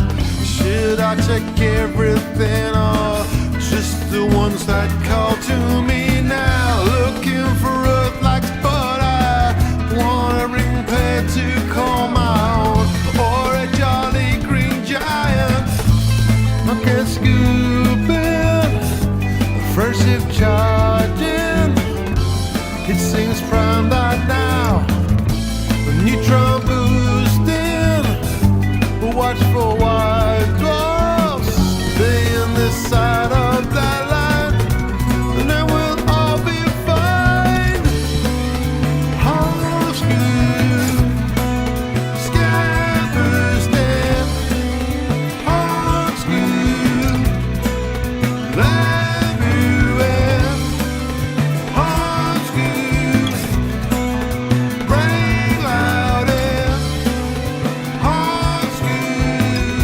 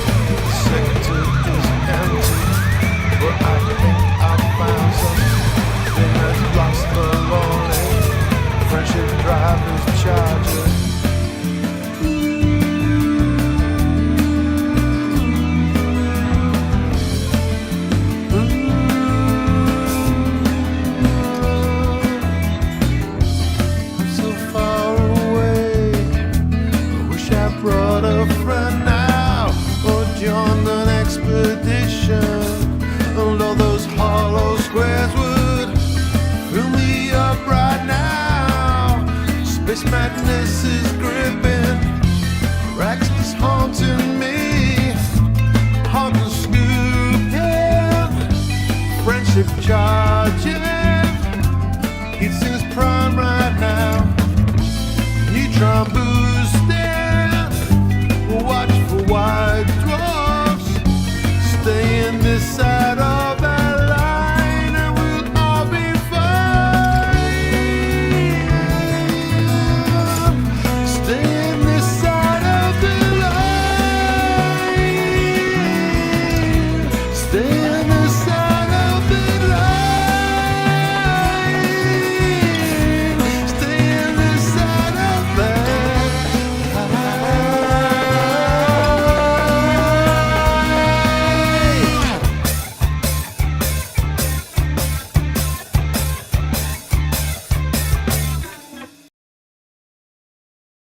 Oh my god, it's so good. It's so good. The ear scratch. That's it right there. It's so good. Oh man.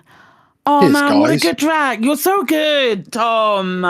You know, it's scary doing these things because people could hate it all. You know, so it's really nice. I know everyone goes, "Oh, you're lovely," but it's nice to have people like it. You know what I mean, so I do put a lot of my soul into it, sort of thing, and yeah, it's nice to hear people enjoying them, sort of thing. But again, like, that's why I've lent into the sort of the character of the bands in these songs, because I think that's a good fun thing to do. Can I say I love the artwork as well? Yeah. Oh, yeah. Like you were saying about the different styles of music, because it is just you at the end of the day, but you want it to seem like a galaxy full of Just different me. bands and things. Do you know what I mean? And I think I mean you totally pull that off with both the songs and the visuals. Like you look at the album covers, and that must be quite hard to do. Like to just I don't know. do different styles. Yeah, I suppose I don't know. I've always done album covers for people, and I've always done a bit of digital art and sort of painting and that sort of things. I've always done that sort of stuff. So again, because I see music quite colourfully, I find it quite easy to do album covers because you're sort of reinforcing that kind of thing. I mean, you're just trying to create the thing. So, and again, everyone, if you download this album, there will be an attached PDF with a 181-page booklet which will have the full script, and every song will have an album cover and a back of the thing with lyrics on something, with elite lyrics and elite images and that sort of stuff with it. Something, but I don't know. I really like making album covers. I miss album covers so much. You know, Yeah, this world of digital. It's like, you know, when I was 15, I'd save my money up and go in town, like £3.50, I could buy a double album, and I could sit in my bedroom, open it up, and it was like I was falling into a widescreen TV. It was amazing, and it wasn't. It was just a frigging shiny paper thing. But there's something about album covers that I love. They kind of give you that connection, that sort of feel of the band, sort of thing. So that's why, especially that's a nice why I did it. gatefold I used to sort of pour over yeah. it. Do you know what I mean? Yeah. And even how it smells, I don't know if that's me, but I love a good album. It was nice when the bands actually bothered, though. Yeah. It really was. Not everyone did. No, but I think it was I've been working with some local bands in my area, and I was like, we should make a fanzine, and they're like, what's that? And I was like, well, you write poetry, write lyrics, and you print them out on bits of paper, and then we'll photocopy them really badly, and then you post your mates these things, and they're like, what's that? Why would you do that? And I said, because they get something that you've made and you've touched, and there's something about that I think is lovely. You know, I think we miss. Those sort of things do still exist. They do, They do still exist around certain fandoms. I don't think Elite. I think we might be a little bit too old, and I hate to say that. I think we might be a little bit too old, but there were certainly fandoms where that has moved to a digital space, like more in like we all had MySpace, and that's more of a Tumblr thing. Yeah. But go ahead. Sorry. No, that's fine. No, you go. It's just that thing of having something tactile. Someone just put, we get back into sniffing the manuals territory again. Yes. So I did love a manual. There's something about it. It's a physical object from the developers, and it was like it was a portal to me. I think my kids are like teens, and they get it. They love this kind of physical object thing. It does transport you to things. So yeah. So yes, going back to what you asked me, I really enjoy making album covers for these songs, and I think actually it then makes the reality even stronger, hopefully for me. So I really get into it. So and again, it's a really good use of all the screenshots I've taken for years. So that's quite cool. So you mentioned earlier that you've done like quite a few collabs and stuff, but notably with this one is the Galnet Information Service. Yes. When that was a thing that you came up with, that was specifically Hitchhiker's Guide influenced, I'm assuming? It just happened again. I think Wotherspoon is the wonderful man who just has that in his voice, sort of thing. So I think the idea was, again, a radio station has lost all its adverts, so it has to play the terrible government adverts. And the government adverts will be about don't forget your limpets and all those sort of things. And so, but I was like, how can you make that fun, sort of thing? So that's the whole deal, was the Galactic Information Service. And then I was like, well, who could do that? And I was like, well, there's only two people who could do that. The royalty of Elite. So yeah, and so luckily they like me a bit because I've written them some music in the past. And they're both lovely people. So I just sent my scripts, and Wotherspoon just knocks them up into these lovely things. Yeah. And again, they just send me the audio, and then I just go, right, okay, now I can make crazy space. The Hitchhiker's probably is the most in there with the noises, sort of thing.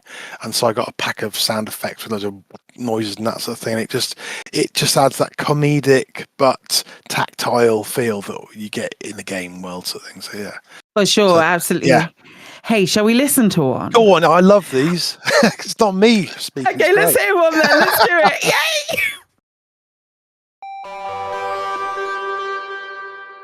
This is the Galactic Information Service. Reading the rules? As we know, you can't be bothered. Don't fly without a rebuy. This is very important. And it's something commanders really want to remember. They've been purchasing Don't Fly Without a Rebuy t-shirts and shipskins. They've been adorning stations and scratching the words Always Have a Rebuy into their very flight seats.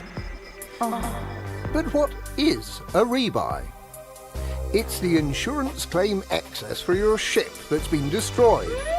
If you can't pay the excess, your insurance company will deny your claim, losing you not only the replacement ship, but also any engineered modules that were fitted to it. The rebuy fee should be the bare minimum a commander has in the bank before leaving on any dangerous mission into the black. Don't even think of undocking if you don't have the crickles. A recent survey conducted for the Galactic Information Service collected many interesting and quite fruity phrases spoken by commanders who'd lost their ships while flying without a rebuy. We are unfortunately not allowed to broadcast most of the words they used. I had to look some of them up. They're very rude.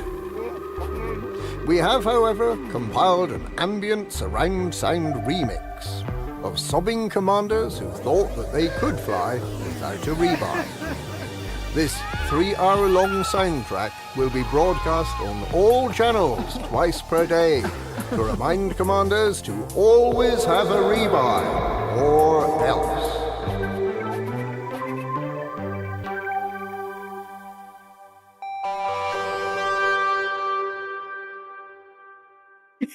And ridiculous.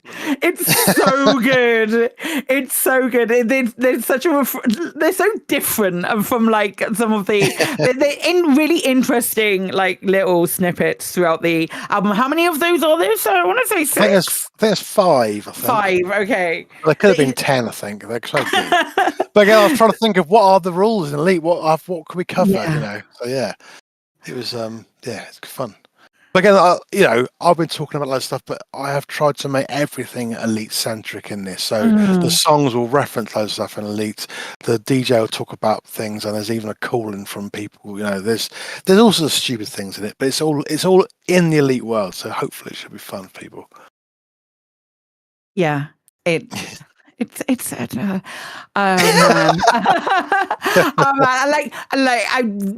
I've been listening to it sort of like in snippets between things, and it's so good. Please get this album, gang. It's so good. It's so good. Yeah, seconded. It is brilliant. It's particularly if people liked Galactic Radio 7, the first one, if they heard that, then it's bigger and better and bolder than that. It's fantastic. Yeah. It's fun. And just to like hammer it home, no AI as well. No, nothing. Everything is me, basically, or it's you guys sort of thing. So I play everything, and and I've recorded everything, or it's people sending me stuff, and then I'm putting stuff on top. So nothing is generative. I mean, I have lost a lot of money already in my career from AI generated music. It's hitting library music quite badly. I love AI for doing the jobs no one wants to do, like, lip syncing things or looking for cancers. That's brilliant, but leave us the art. I mean, let's have the fun for us, people, sort of thing. So yeah, I struggle to listen to AI music because it just I don't know, it makes me itch my brain, sort of thing. But this is all human based stupidity, sort of thing. So yeah. And again, Spatch is an amazing guy because he just says whatever I tell him to.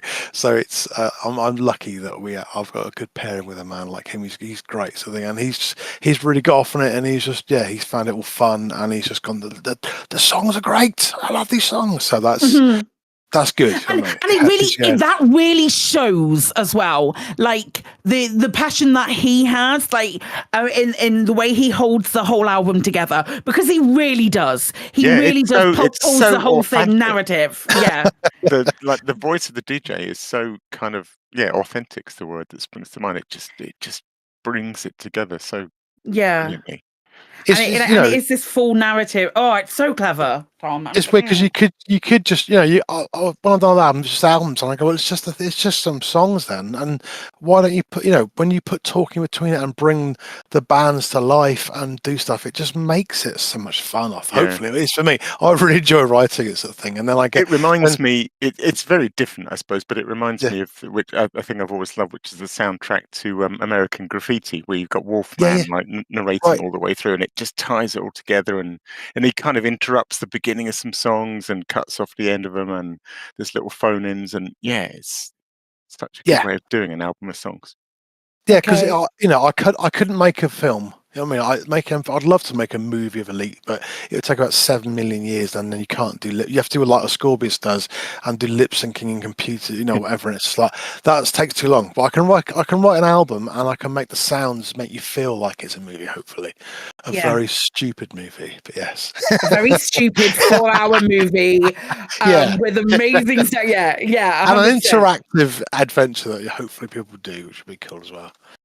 They could save Radio 7. We have one more song to play that I heard today, I think for the first time, and my jaw hit the desk.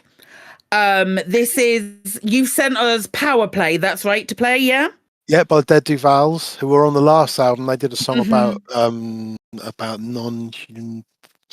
signal sources. There's a song cover. Let's cover 20 signal sources you can get. Let's do a fun punk song about that, as you do. But this one, they did a song about power play and how as soon as we beat the Thargoids, we went straight back to killing each other, sort of thing, which is great. Amazing. And care packages as well. The amount of care packages that we have. Yeah. Shall we give it a listen? Go for it. Yeah. Yay! This is Power Play.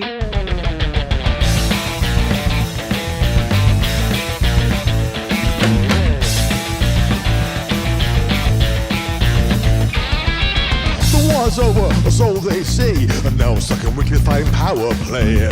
Humanity won't take a breath from a beating on each other. Now the aliens have left. You heard it right. And now they got us shooting at each other all night.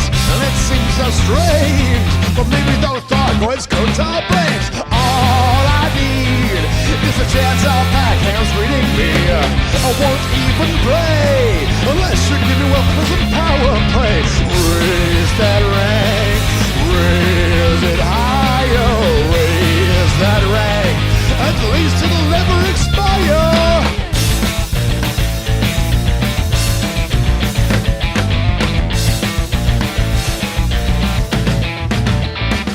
So blue is best and red is bad. Green is better and yellow so sad. I get the skins and the logos too. I'm a corporate anarchist fighting for you. You heard it right. And now they got us shooting at each other all night. And it seems so strange, but maybe those Thargoids cooked our brains. All I need is a chance of backhands reading me. I won't even play unless you give me weapons for some power play. Raise that rank, raise it higher, raise that rank. It's a holiday in power play.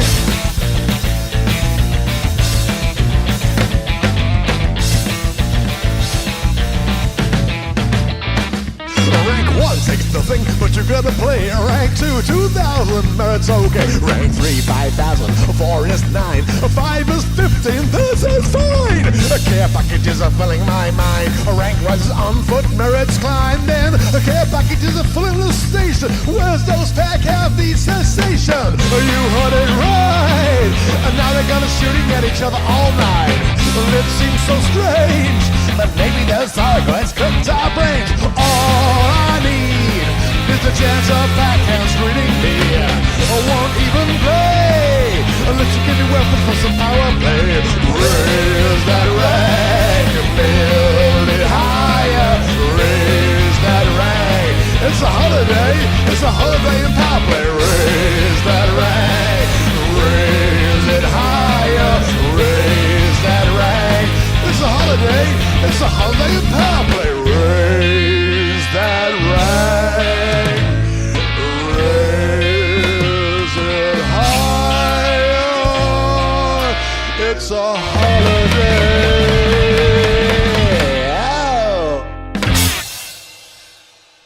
Amazing. Brilliant. Amazing. Tom, you're so good. And I say this as your mother.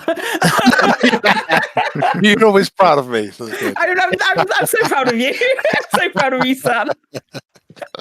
I don't know why things happen.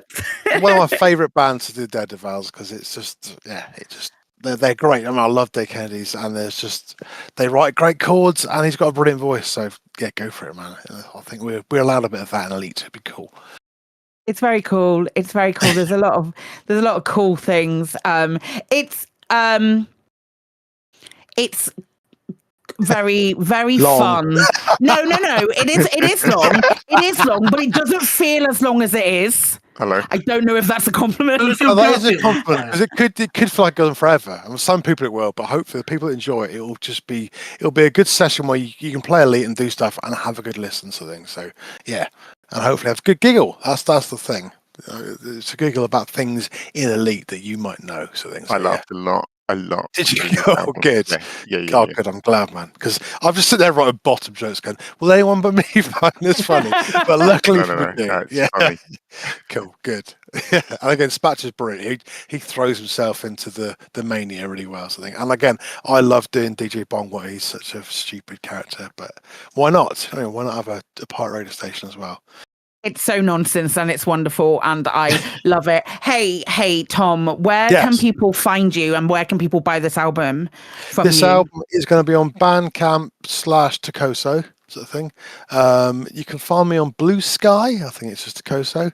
I might go to Instagram, but I don't know if I dare bother with it because it will just make me scroll all day. And where else? Well, I see it, I think. That's all I do now. I hear that you have somewhere else that people can go and maybe donate to get a Patreon /ToCoSo Music, I think. But just put ToCoSo on Patreon and it should be there. And there's 3 ranks. You can just be a supporter, or the next 2 ranks you can listen to the tunes. And I will be writing more stuff. I've still got I've got loads again. If you imagine, I've written 40 songs for this. There's about 30 that didn't make it on that I started. You know what I mean? And from other albums, there's loads of stuff. So there's all sorts of things, and I think I'm going to write a instrumental, orchestral stroke ambient album next because that will be really good fun. So cool. I cannot wait to hear that as well. Tom, thank you so much for coming on and telling us all about your album and giving us these preview tracks, and also letting us listen to it before it comes out so we could like talk to you about how cool it all is. And folks, you've got to listen to this album. Thanks, you've got to listen to this album. I don't stop basically. That's the thing. But yeah, thanks for having me. It's been good fun. And it's ECM and the what's the bell one called? The Hitcon. It's so nice seeing you guys. You know, having been there, singing my stupid songs and making people laugh just makes me happy. You know what I mean, that's the thing. So it's good fun. And I think again, you come to a conferencey thing all day, you got someone doing some music. It's nice, isn't it? It's a good fun thing. Music is magical. For some reason, someone makes the air vibrate and we can laugh, cry, or whatever. I mean, it's magic. So yeah, I'm just a bit of a magician, hopefully. I'll shut up now, though, Mum. How dare you? How flipping dare you? Oh my gosh. Absolute pleasure as always, son. Thank you so much. Fucking hell. Yeah, go and get this album when it comes out because it's so good. And check out the adventure on Elite Dangerous on Saturday. Yeah. Right? Yeah, it'll be on Elite Looking Dangerous. forward to that. Yeah, should be cool. Lots of stuff to do, lots of stuff to find, some puzzles, some all sorts of things. You might have to use some audio clues as well to find some spectrogram or something. Should be cool. Wow. Yeah, I've gone for it. So yeah, should be cool. Look at you. Cool. Fancy pantsy. But again, I do stream with Spatula most Saturday nights on his Spatula 007 on YouTube. And so we'll probably be playing Bits album and doing the adventure this weekend as well. So hopefully might see some of you there. Amazing. Good. Does anybody have any other business? No, go get Tom's album on Saturday. Do it. Yeah, fair enough then. And well, thanks, Tom. That was amazing. Cheers. So, time for the shout-outs. Right, our sister station, Hutton Orbital Radio, it broadcasts on a Thursday at 8:30. You can tune in at twitch.tv, Hutton Orbital Truckers, or if you just want the audio, go to radio.forthemug.com. But it will be... they might be going through a transitional period themselves. For the discerning commander that likes a bit of CQC action, check out the CQC Discord at discord.me/Elite Dangerous CQC. And we're giving shout outs to the other Elite Dangerous podcasts. So that's the Guard Frequency, who do other games as well. Alex's favourite, the Loose Screws, who have just hit 6 years and they're almost at episode 300. Catching us up, man. Catching us up. Not bad. We've got the Untitled Elite podcast. So if there is a... Yeah, if there is an FU tomorrow... Fingers crossed. They did say, and you just pointed this out during one of the songs, during one of Tom's songs, Colin, that they did say at the end of last show that there was going to be one on the 27th at 6 p.m. So let's assume so. It'll be interesting. This glass half full. It's happening. We'll see what they're first again. Right. So, and of course, if you speak French, I just let the funky music do the talking. There is a wonderful Elite Dangerous podcast who also do these wonderful missions as well. And as I haven't been threatened for mispronouncing their name, I'm just going to carry on saying that. Now, following this, we have the latest Galnet News Digest, as provided by Commander Witherspoon and Commander Beetlejude. And thanks to all those who have chipped in the Twitch chat and the in-game commanders, we've had Commander Siberius, Commander W, Commander Duck1, Osbert, Rocky Star, and Jay Lee, as well as this Edelweiss person and this little Bigian who's also been running around. So, yeah. And of course, we have to say special thanks to Commander ToCoSo, Jay Antrax, and Alan Stroud, who all create music that we use on this show. So that's it for another episode of Lave Radio. If you'd like to get in touch with the show, you can find the contact links at home/contact us menu of the laveradio.com website. Do let us know if you have any questions or if there's anything you'd like to discuss in a future episode. Lave Radio is recorded live on a Tuesday evening at 8:30 and streamed out at laveradio.com. So, thanks to Tom. Thank you for having me on. Sorry, I was drifting then. Watching someone running across the landing pad. Thanks to Alec. Thanks, Colin. Night, everyone. Thanks to Ben. Yeah, good night, Colin. Thanks to Psychit. Thanks. Cheers. And special thanks goes to today's tech specialist, Apathis, or Apathicris, or a packet of crisps. I'm going to come up with something new, don't worry. You're welcome. So until next time, Commanders, fly safe, and if you can't do that, fly dangerous.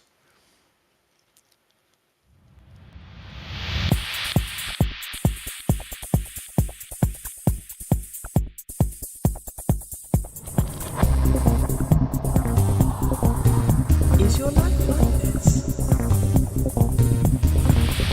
Sounds like someone having an orange inserted.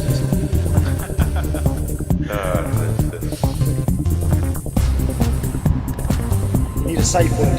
Space can be loaded.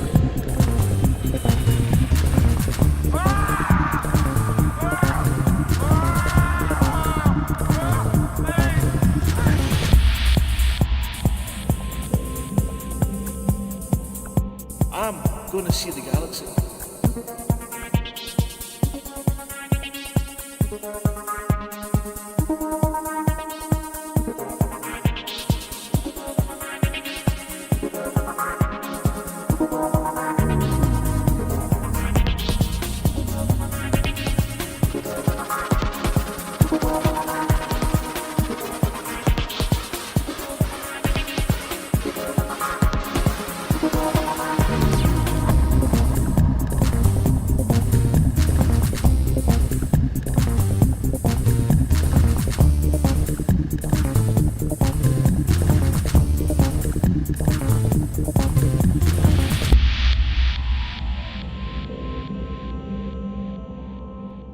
Ah, damn it. No worries, guys. Hold the fort for 2 seconds. I'll be right back. Galnet News Update, 26th of August, 3311.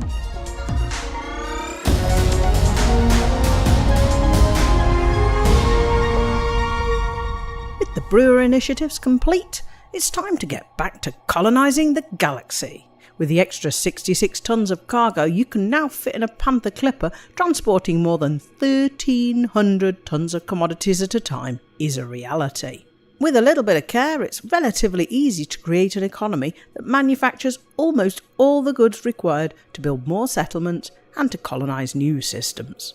As of last week, there is no longer a penalty to having more than one economy type at the same station, because stations and settlements no longer consume what they produce. So it's fine to have a high-tech and agricultural economy, or an extraction coupled with refinery, or industrial at the same station as military. You'll still see a wide range of goods from both economies for sale in the market.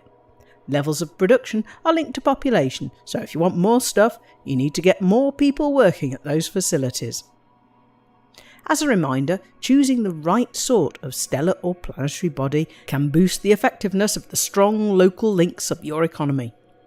Agriculture works best at Earth-likes, terraformables, and on bodies with organics. Extraction works best on bodies with volcanism. And if there are pristine reserves in the system, that helps too.